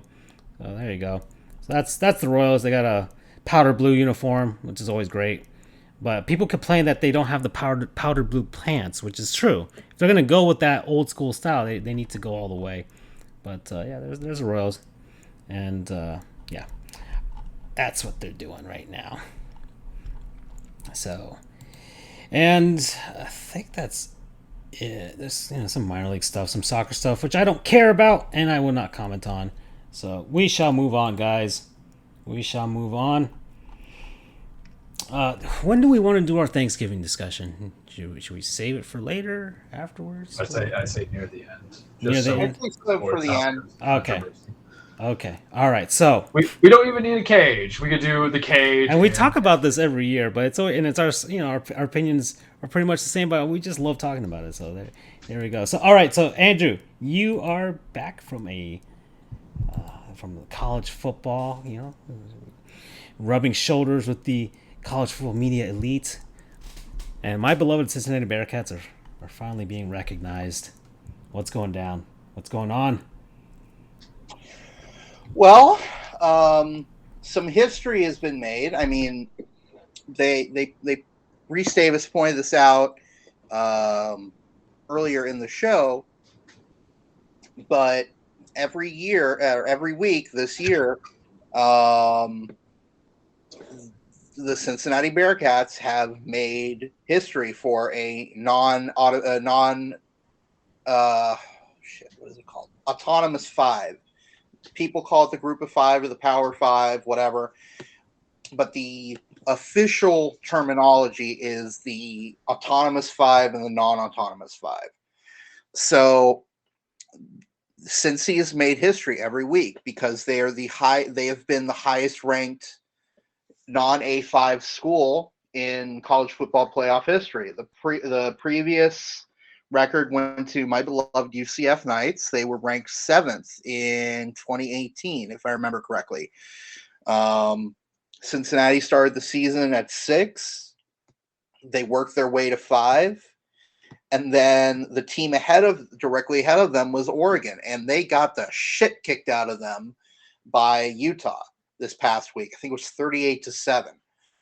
So they got absolutely decimated. So a lot of people were wary about what the committee would do, because the committee has shown time and time again that they really do not, despite what they say, they do not respect non-A5 schools. But I think they got their hand was forced, and they put Cincinnati into 4, which is the first time that a non-A5 has made it into the top 4. So, what is ahead for Cincinnati? They face UConn. No. They face, who is their last team? Crap. Well,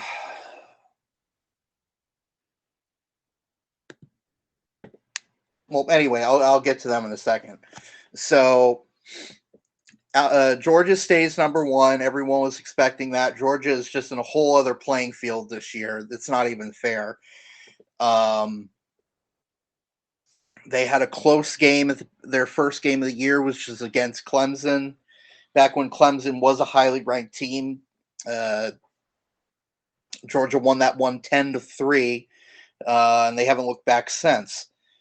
It just seemed to be getting stronger every week. It's insanity. Their game this week against Georgia Tech in clean old-fashioned hate, their rivalry game, they're expected to win that one handily, which they're already guaranteed a spot into the SEC championship game alongside Alabama, who is ranked 3 in the top 4. So assuming that Alabama wins their finale against Auburn, which is quite probable, and Georgia wins against Georgia Tech, those two are going in there. Basically, if Alabama loses in the SEC championship game, I can't see a reason for them to be in the top 4. They'd have 2 losses. I can't recall a 2-loss team making it into the playoff before. And yes, I know they're going up against a juggernaut in Georgia, but I don't see them getting in. So things look pretty settled right now. Let me say this: if Georgia somehow loses, as long as Georgia doesn't lose to Georgia Tech, they're making it into the playoff. Because even if they lose to Alabama, they've been so dominant this year, and they're losing to the number 3 team, that they'll fall maybe to 3rd or 4th. And there's been precedent from those 2 teams facing off against each other to make the playoffs anyway. Right. But if Alabama loses, Alabama has to go undefeated the rest of the way in order to get into the playoff. They have to beat Auburn and they have to beat Georgia. It's no ifs, ands, or buts. Cincinnati obviously has to go undefeated, but even then there's no guarantee because, again, everyone is extremely wary of what the committee is going to do. Sitting right behind Cincinnati right now, if I remember correctly, is Notre Dame. That's a team that... It's Michigan, actually, right now. Oh, it is Michigan? Okay. Yeah. Well, I have it up here on the screen here, so we do have Michigan. Michigan is going to get decimated by ECU. Thank you, BU. I'm looking at the Twitch screen now. So, yeah, Cincinnati is playing East Carolina, ECU.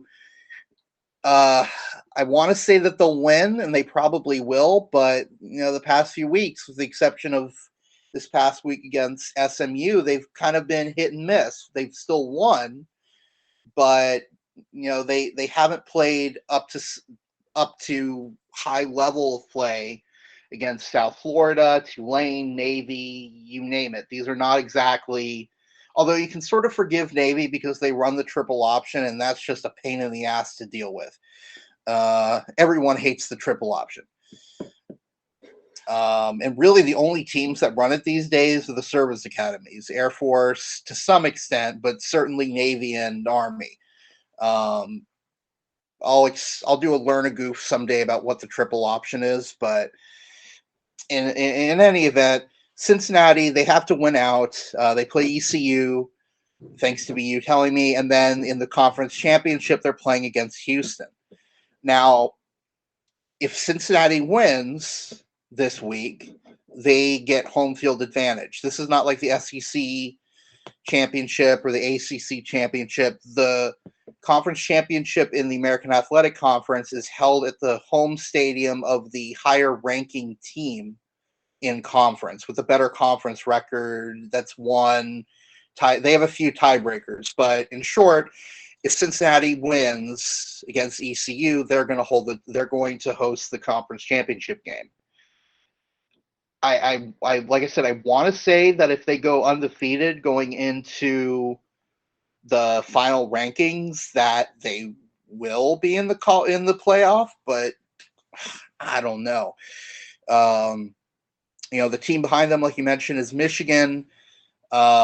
Michigan plays Ohio State this Saturday in the game.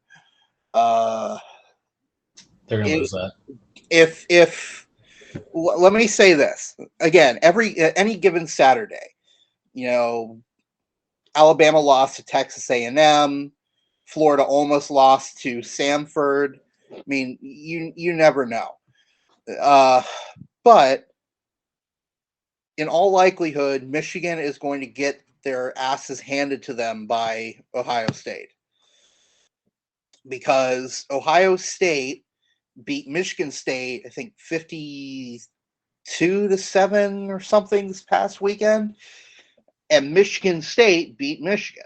And we all know Jim Harbaugh never wins big games. So. Right. So by transitive property, Michigan is going to get manhandled by Ohio State. Again, you never know. But Michigan's only chance of staying in this thing is if they beat Ohio State. The winner of this game, if I remember correctly, is going to the conference championship game against, I think the front runner is Wisconsin. Yes. So Wisconsin will be coming out of the West, assuming that they win this weekend, and then whoever wins the game is going to come out of the East Division. Ohio State has very little room to work with because, again, they have the one loss, and it's to Oregon, who got the shit kicked out of them by Utah this past weekend. So their strength of schedule just took a deep dive because Oregon beat them at Ohio State, which especially Ohio State has 100,000 people, and it's at Ohio Stadium. It's an extremely tough place to play, and Oregon still went in there and beat them, and then they got their asses handed to them by Utah. So really, Ohio State has a little more wiggle room to work with than Michigan because they are in the top four right now, but especially they're in the second place right now. But again, both them and Michigan are going to have to win out. So now going back so let's assume Michigan loses. The next team in line is Notre Dame. They're playing against Stanford, who has had a really bad season this year. A lot of people Notre Dame is expected to win there. So here's the problem. Let's assume the rankings stay the same. So you've got 1, 2, 3, 4. Everyone wins except Michigan because they're going to lose. So you've got Notre Dame now at 5, nipping at the heels of Cincinnati. Here's the problem. Earlier in the season, Michigan ranked ahead of Michigan State despite a head-to-head win. So a lot of people are thinking that there's some 4D chess going on here with the committee where they set the precedent already that a head-to-head win isn't the end-all be-all. Now, Cincinnati beat Notre Dame earlier this season at Notre Dame, and it was not a particularly close game either.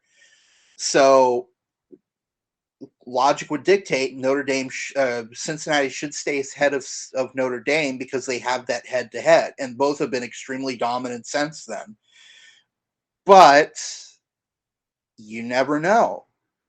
That would be if Cincinnati, that would be the ultimate fuck you to Cincinnati and all the non-A5 schools, to put them in the top 4. And then at the last second, just yank it out from under them. Exactly. That would be the ultimate FU. And the problem is, sounds like Vince McMahon. The problem is the committee has already set the precedent. They set it thanks to Michigan and Michigan State. So it's not like they can just say it's not like it came out of nowhere. They can look back to, well, you see, yeah, and it's like, and it's gone. Yeah. And then since Cincinnati had this, I tell you, listen, hear me now. If this happens where Cincinnati is dropped below Notre Dame, this is going to be the justification. Cincinnati had a few weak games against lesser competition. Notre Dame has been solid this whole season, just getting better. We have in the past said that head-to-head isn't necessarily the end-all be-all of rankings. So Cincinnati appears to be getting worse as the season's going on, but Notre Dame is getting better. Therefore, we think that Notre Dame deserves the playoff spot.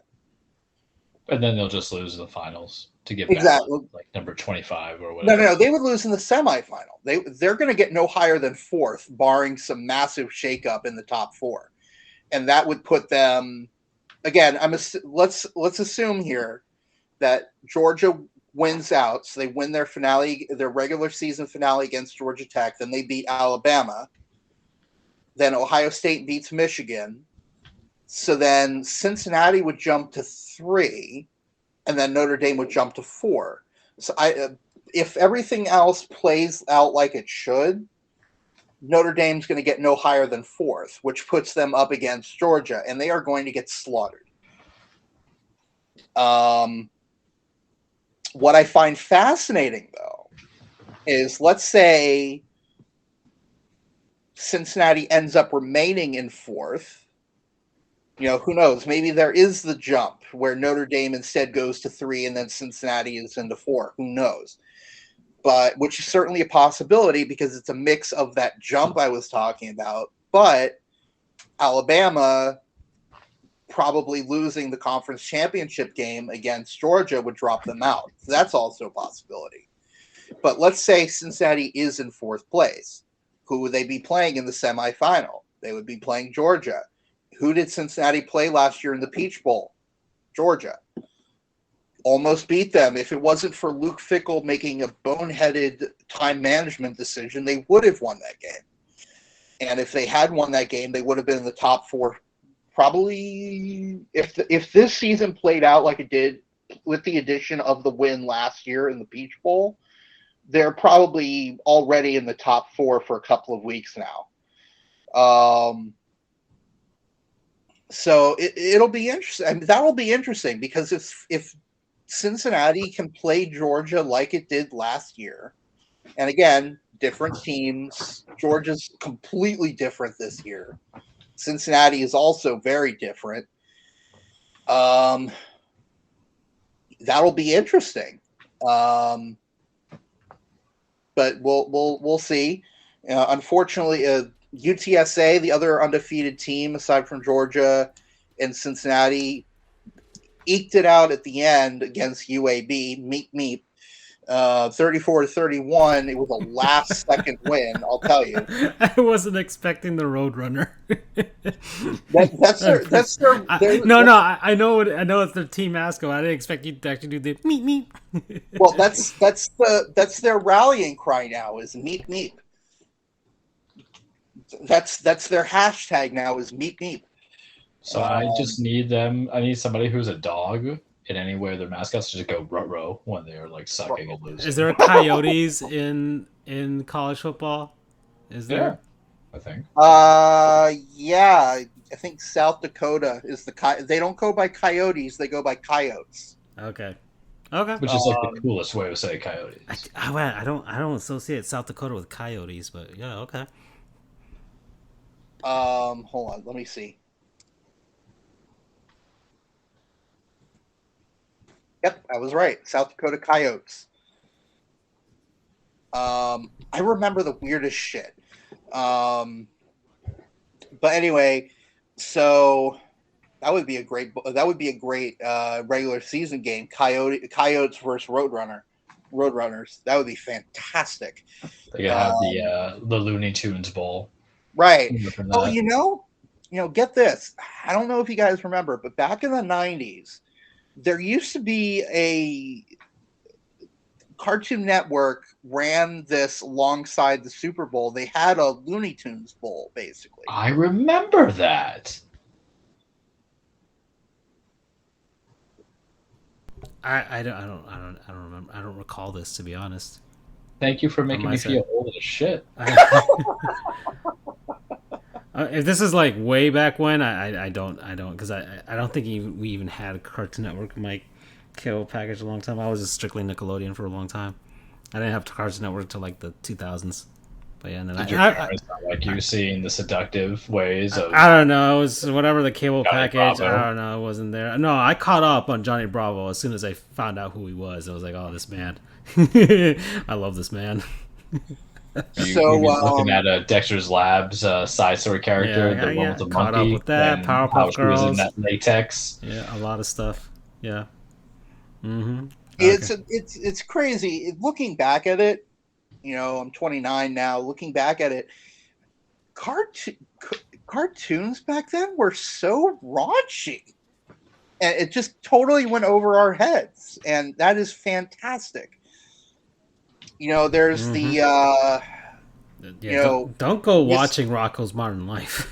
Ren like yeah, no, Ren and Stimpy was more outward about it, but damn, but Rocco's Modern Life was like oof. Like Miss Bellum Those guys from are horny. Powerpuff Girls. Yeah. Mm-hmm. The mayor was in love with her for sure. Yeah, man, they don't make cartoons like they used to anymore. Do you remember him from Powerpuff Girls? In today's modern age, 25 years ago, we had a lobster devil villain with knee-high socks. Fishnets. Everybody's freaking about it now. Oh, what's going to happen to the children?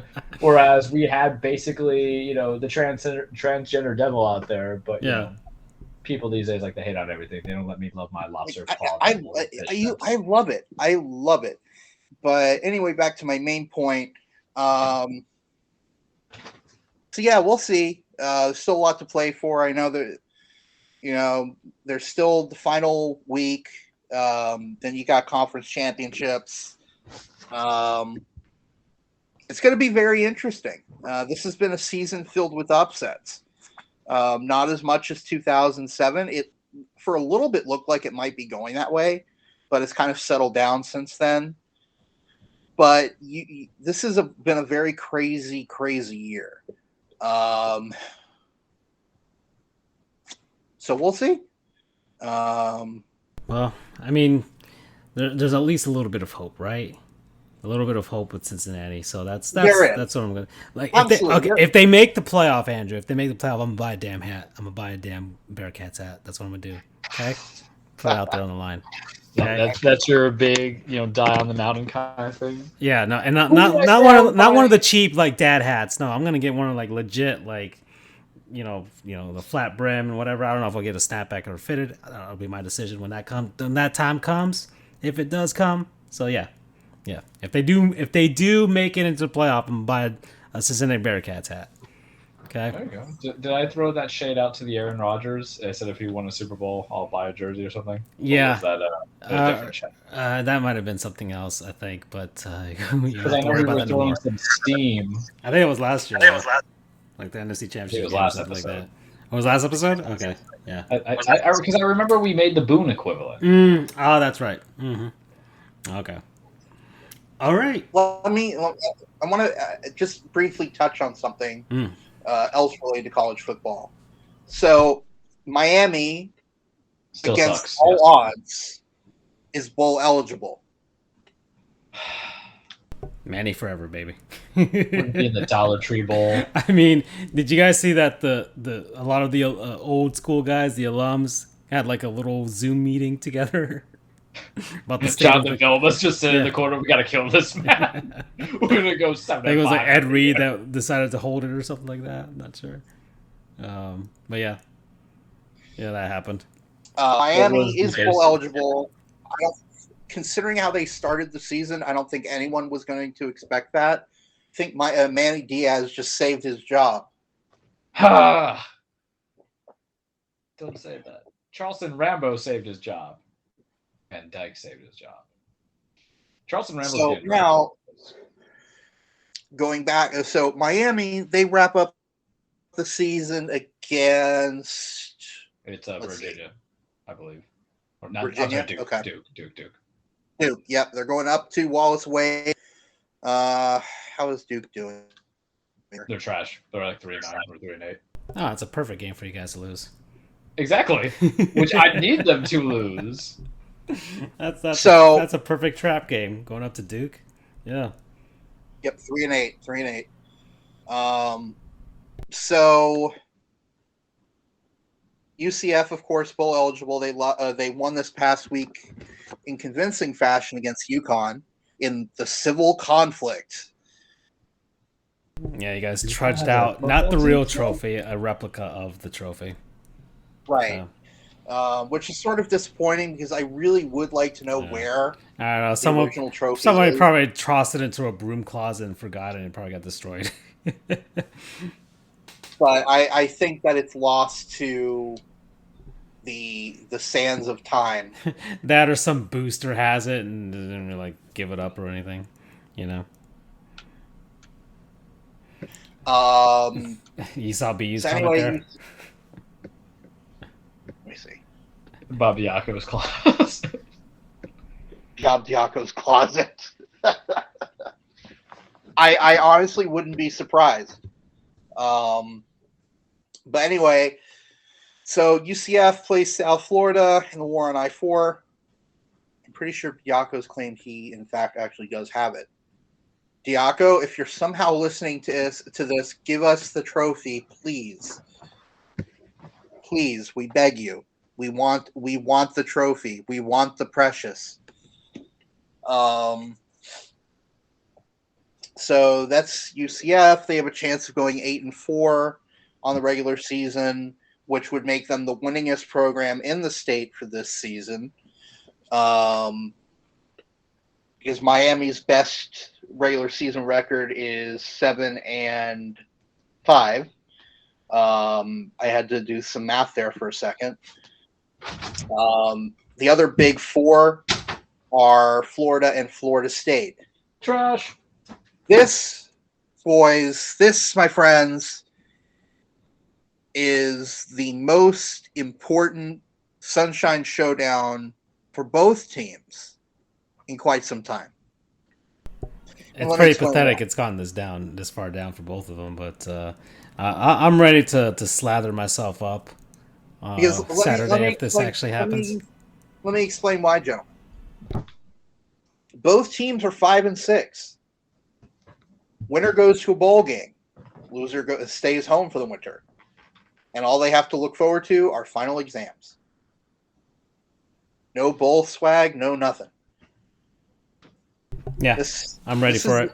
This is the first time in a while where one game will so dramatically affect the outcome of both teams. Dear God, these two teams were playing this game to go to try and win a national championship, like back in 1996 or something like that, and now it's come to this. And what I mean for both teams, I want to clarify.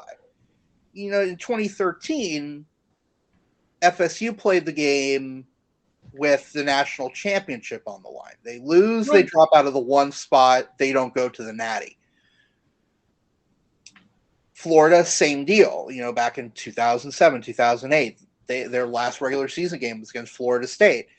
And there have been some middling years where, one loss here and there. I mean, FSU has lost the final game to go under 500.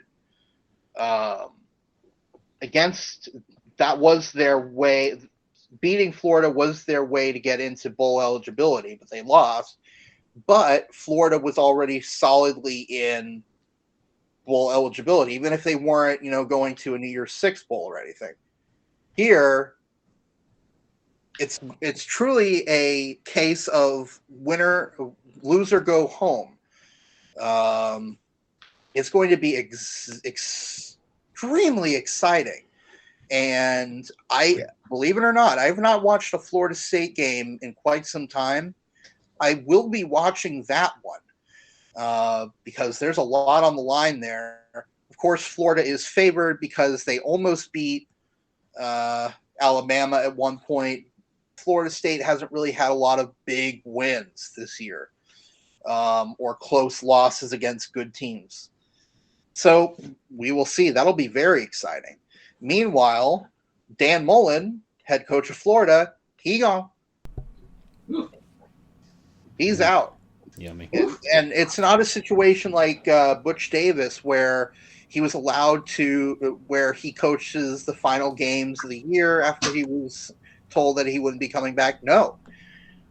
Dan Mullen was offered the opportunity to come back to coach the final game, but he said, no, thank you, sir. So he's gone. Who the hell wants to spend 3 more weeks in Gainesville? Nobody. Exactly. So Get me the hell out. You only go there to go to the University of Florida. That's it. After that, you get out of that shithole. Or score some fine meth. Yeah. There you go. So it'll be very interesting. A lot of speculation of who might take over head coaching gig there. There's a ton of other positions already open. You never know. So very exciting final weekend. This is rivalry weekend, boys. This is all the big games. Bedlam.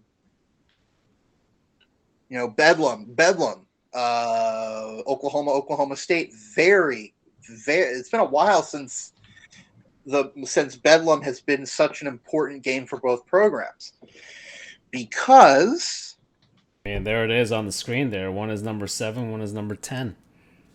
if Oklahoma State's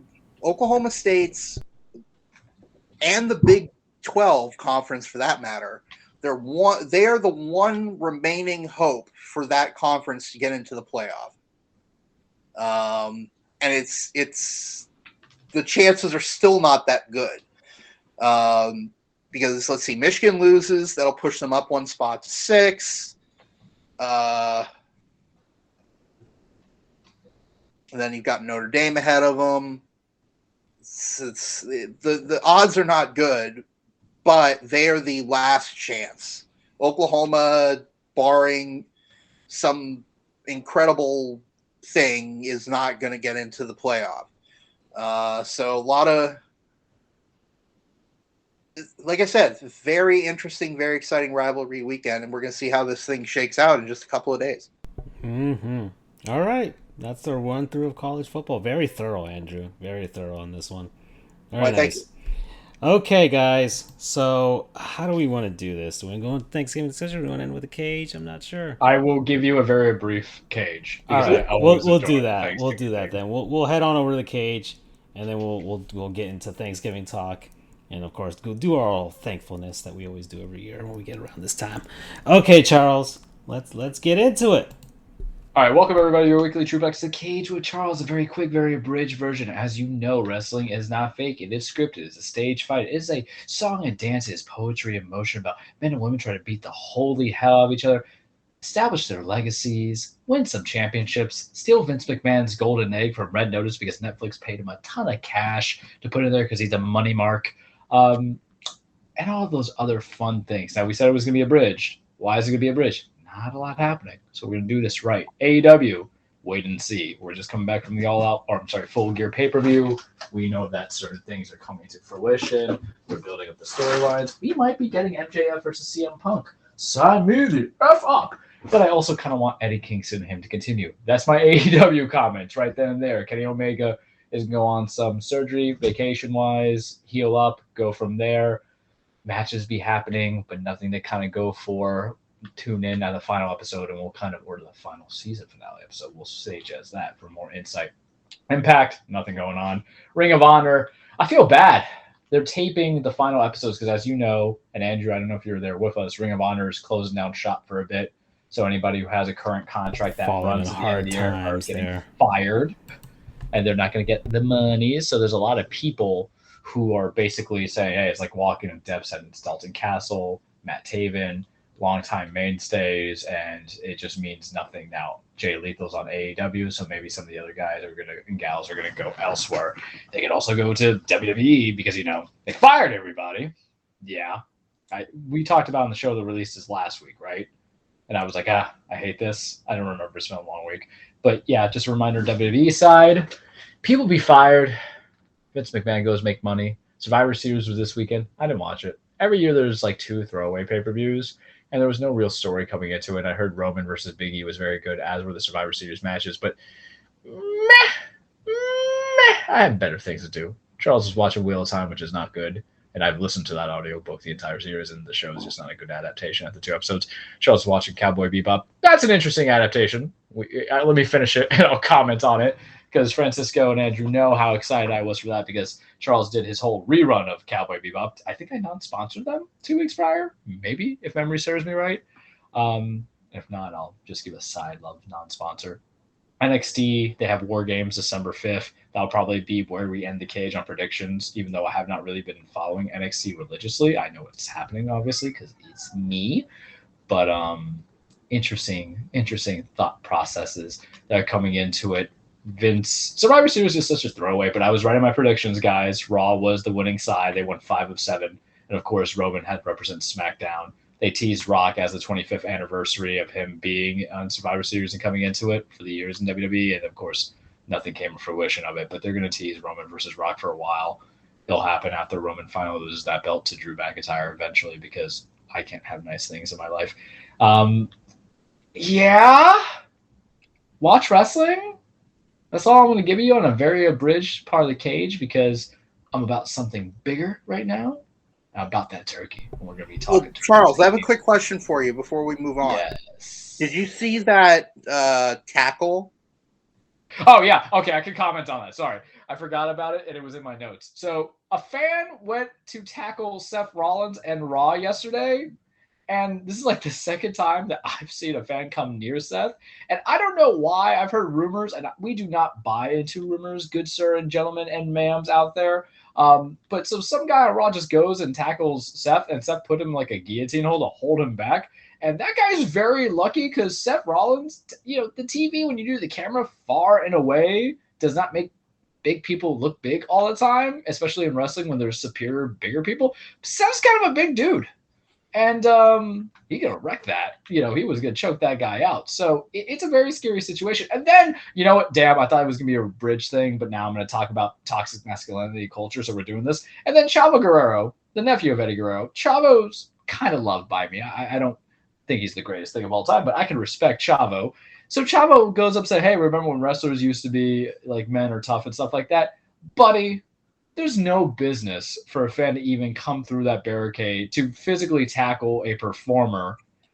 Everybody was all upstage when the Revival beat the hell out of the guy who tried to go against poor old Bret Hart a couple of years back. Seth, I think, was professional because for me, I wouldn't have been an Isaiah Stewart. I just would have beat the hell out of the guy personally. I mean, I'm just looking at the size difference between this guy who's mega. Like guy's lucky that Seth went to the professional route. Yeah. He could have killed him. He literally could have killed him. Big man. But then also you have to think of what the fan could have done. Any shot. What if he? I mean, it's a cheap shot. It's a cheap shot. He's just coming in from an angle that he Seth just had only a second to react to it, and he actually did. He actually did. You saw. I mean, of course, he's a professional, right? Hell no! I'm not gonna let no dude hit me.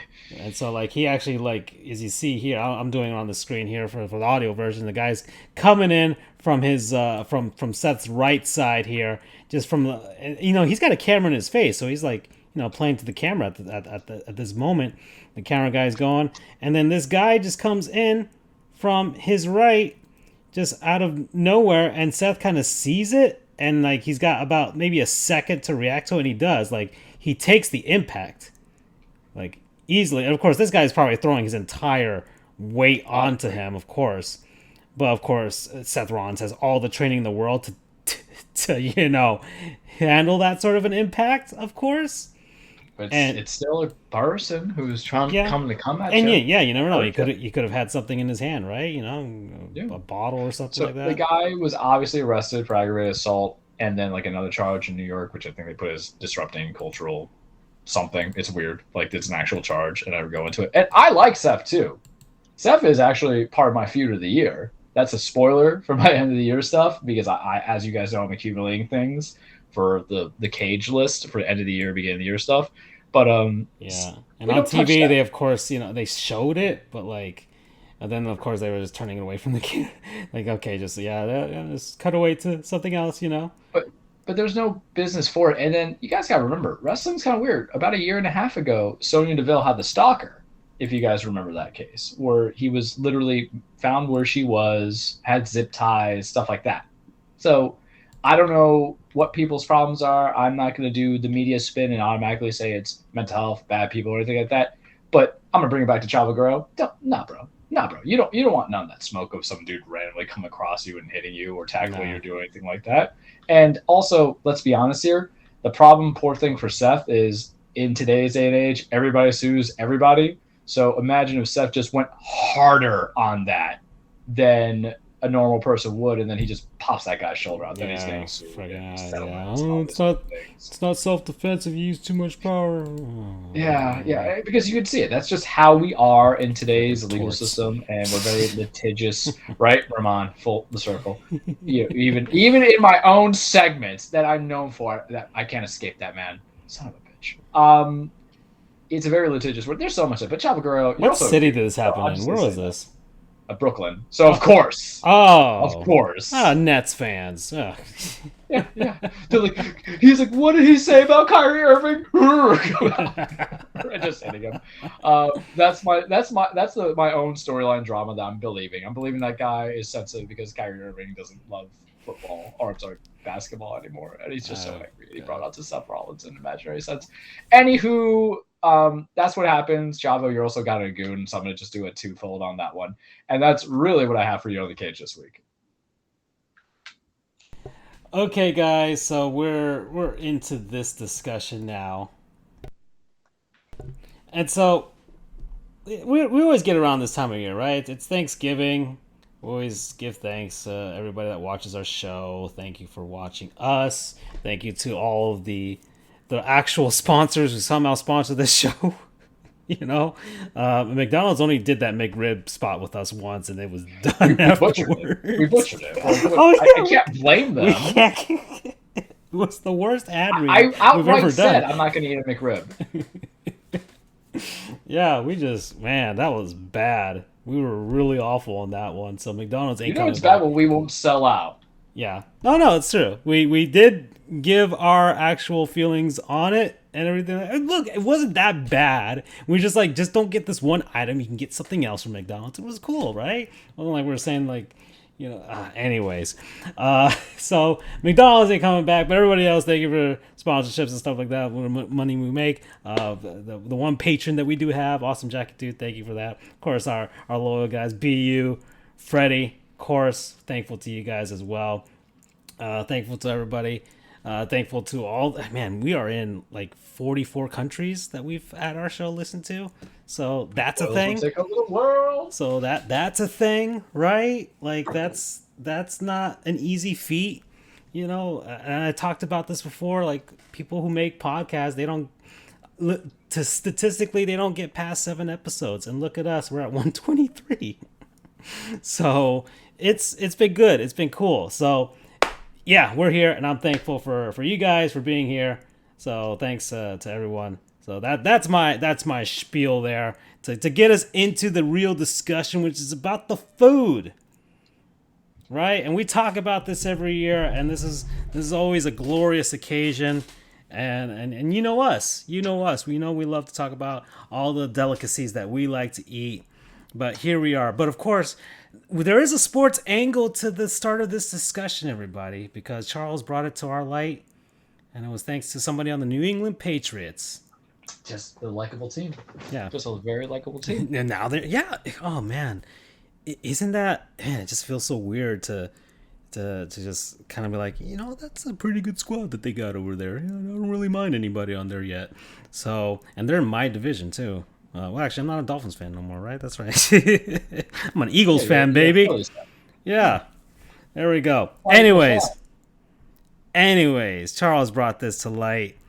Found his spirit player for a bit there, and it was Matthew? Gosh darn it, was last name? Judon. There we go, Matthew Judon. So had a press conference. And a very intelligent reporter asking the real questions that we actually do want answered. Asked him what side dishes he likes to have on Thanksgiving, and the guy pivoted. Didn't talk about the stuff that he wanted. Well, he did talk about some of the stuff that he wanted, but he put some of the stuff that he didn't like. And this one's huge. This one's huge for a lot of people, right? And I'm gonna read this verbatim as to what he actually said. So here we go, guys. I don't know if I should put on a voice for this. Maybe I should put on a Boston accent. I don't know. I'm not even going to answer your question. I'm going to put my Sonic the Hedgehog. I'm going to do Sound like Stephen King over 1998 here. Sonic the Hedgehog. Here we go. I'm going to tell you, we got to get macaroni and cheese off the table. All right, guys, I'm getting on my soapbox. Oh, man, he's getting on his soapbox. Charles loves him already, right? All right, guys, I'm getting on my soapbox. It's just cheese and noodles.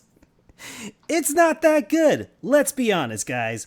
Everybody here is probably a little lactose intolerant, so it messes up our stomachs, and we have to get it off the table. It's probably one of the most overrated dishes, but my favorite is dressing. I do love dressing, but get macaroni and cheese off the table, and it will be much better Thanksgiving for everybody in the house. I have never liked macaroni and cheese. You know how they say, your taste buds change every 7 years. You just gotta, every time I try it, it's the same thing. It's never going to change. It's never going to get better. All right? I'm almost 30 now. I'm pretty set in my ways, and it's disgusting. Get it off my table. The bathrooms will be like... the bathrooms will be less busy, and everybody will have a better day. So if you want to have a good Thanksgiving, don't cook macaroni and cheese.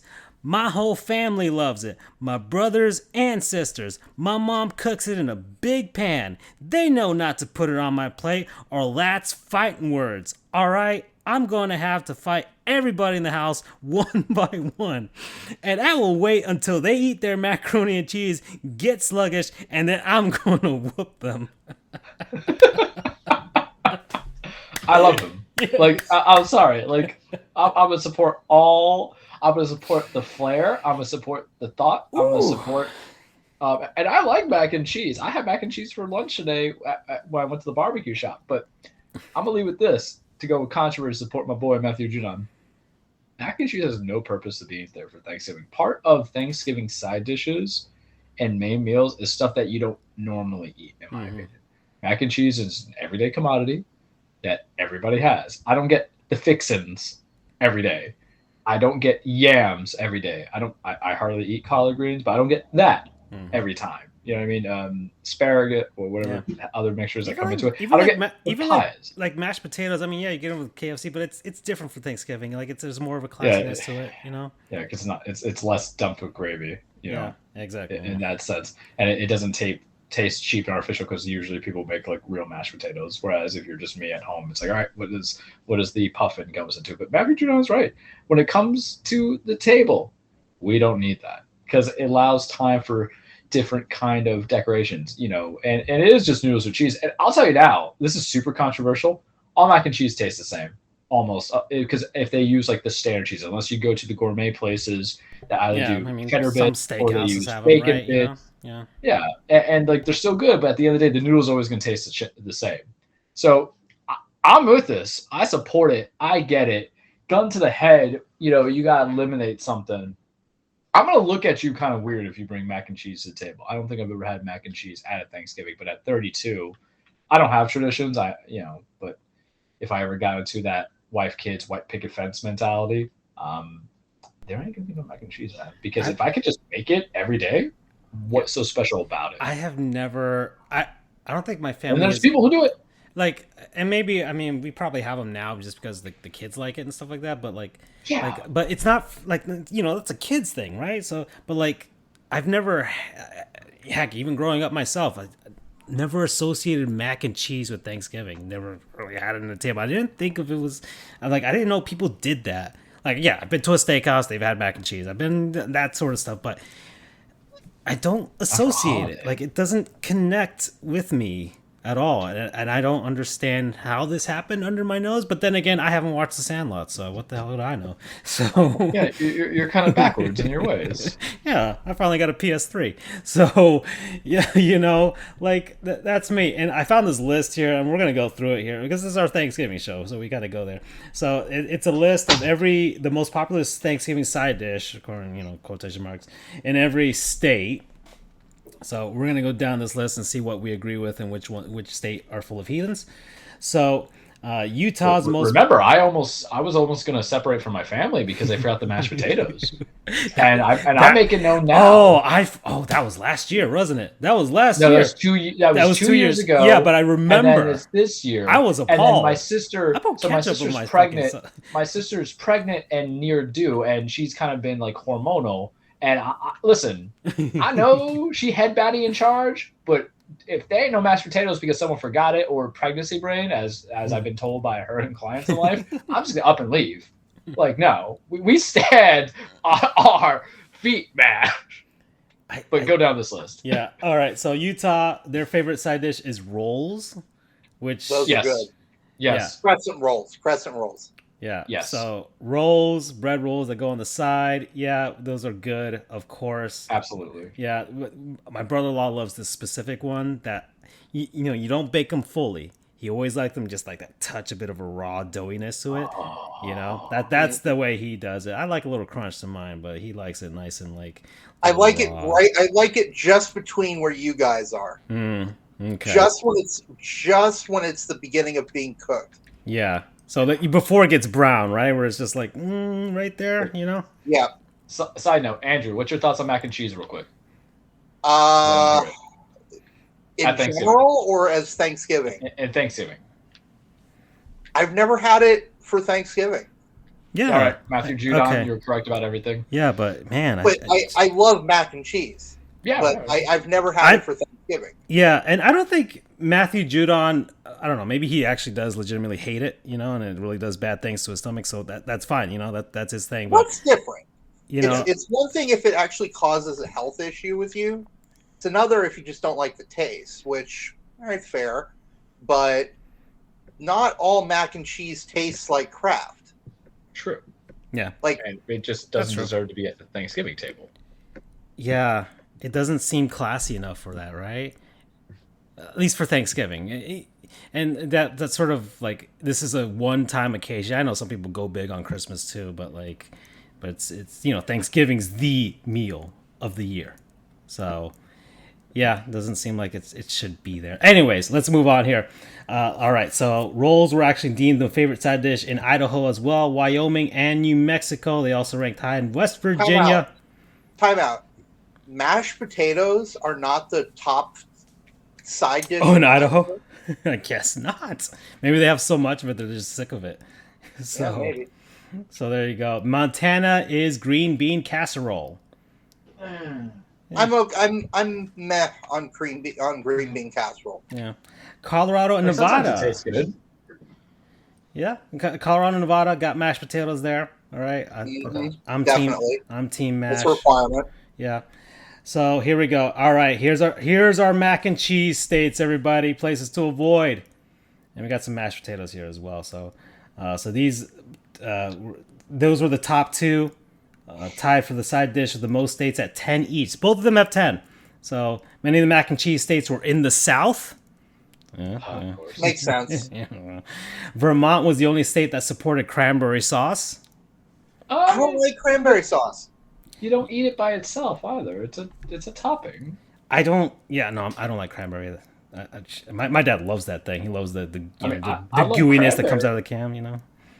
I love cranberries, but not solid like Jello not mold. like that. Yeah. So cranberry sauce. I mean, I guess they just straight up drink it.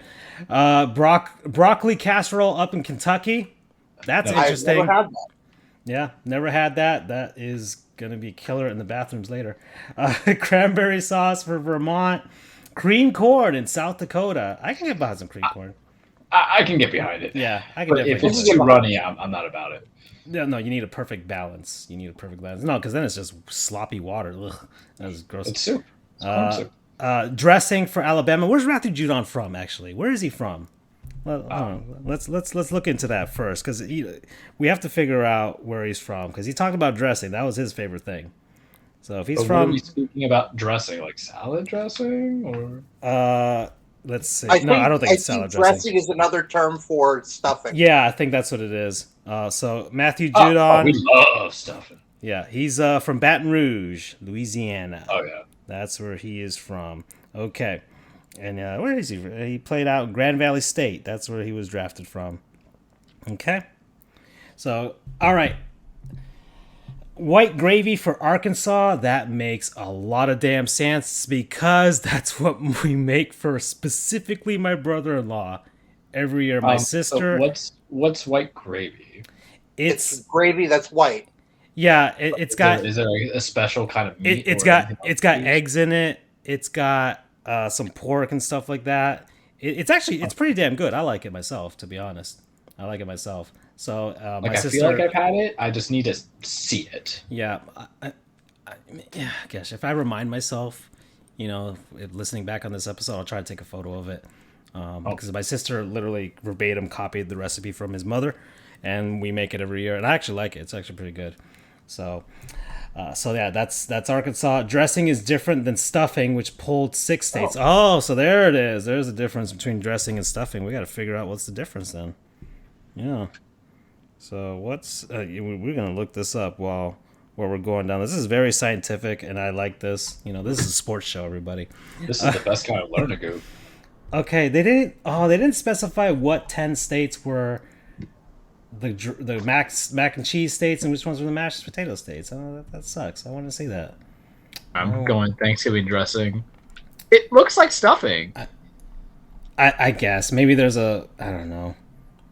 I mean, classic traditional Thanksgiving stuffing: French bread, chicken broth, egg, celery, fresh sage leaves, and then there's other ones that have. All right, let's see. What's the difference between stuffing and dressing? Stuffing is usually made out of cornbread and is drier than a dressing. Dressing usually has more of a pouring consistency and has added ingredients in it like onions and vegetables. Oof, I hate onions. I am staying away from it then.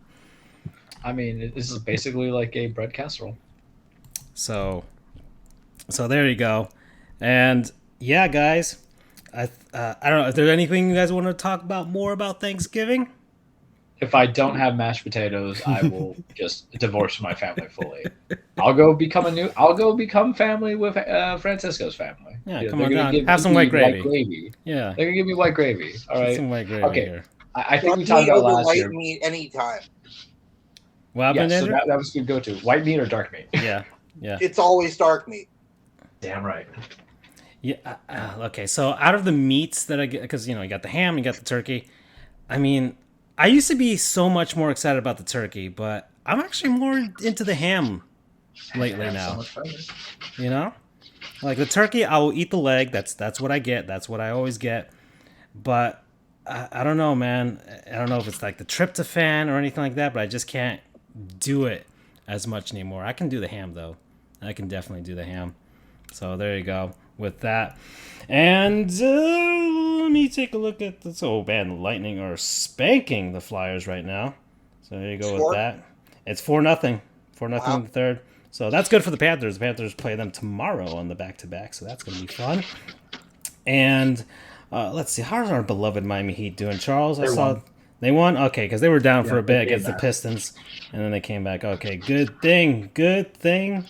All right, guys, so that's it for us. I've closed out whatever video game was in the background because it caused us to crash. I got to figure that out. But anyways, happy Thanksgiving to everybody. We'll see you guys next week for the last one of this year, and then we'll come back next year. As we always do, we do this every year.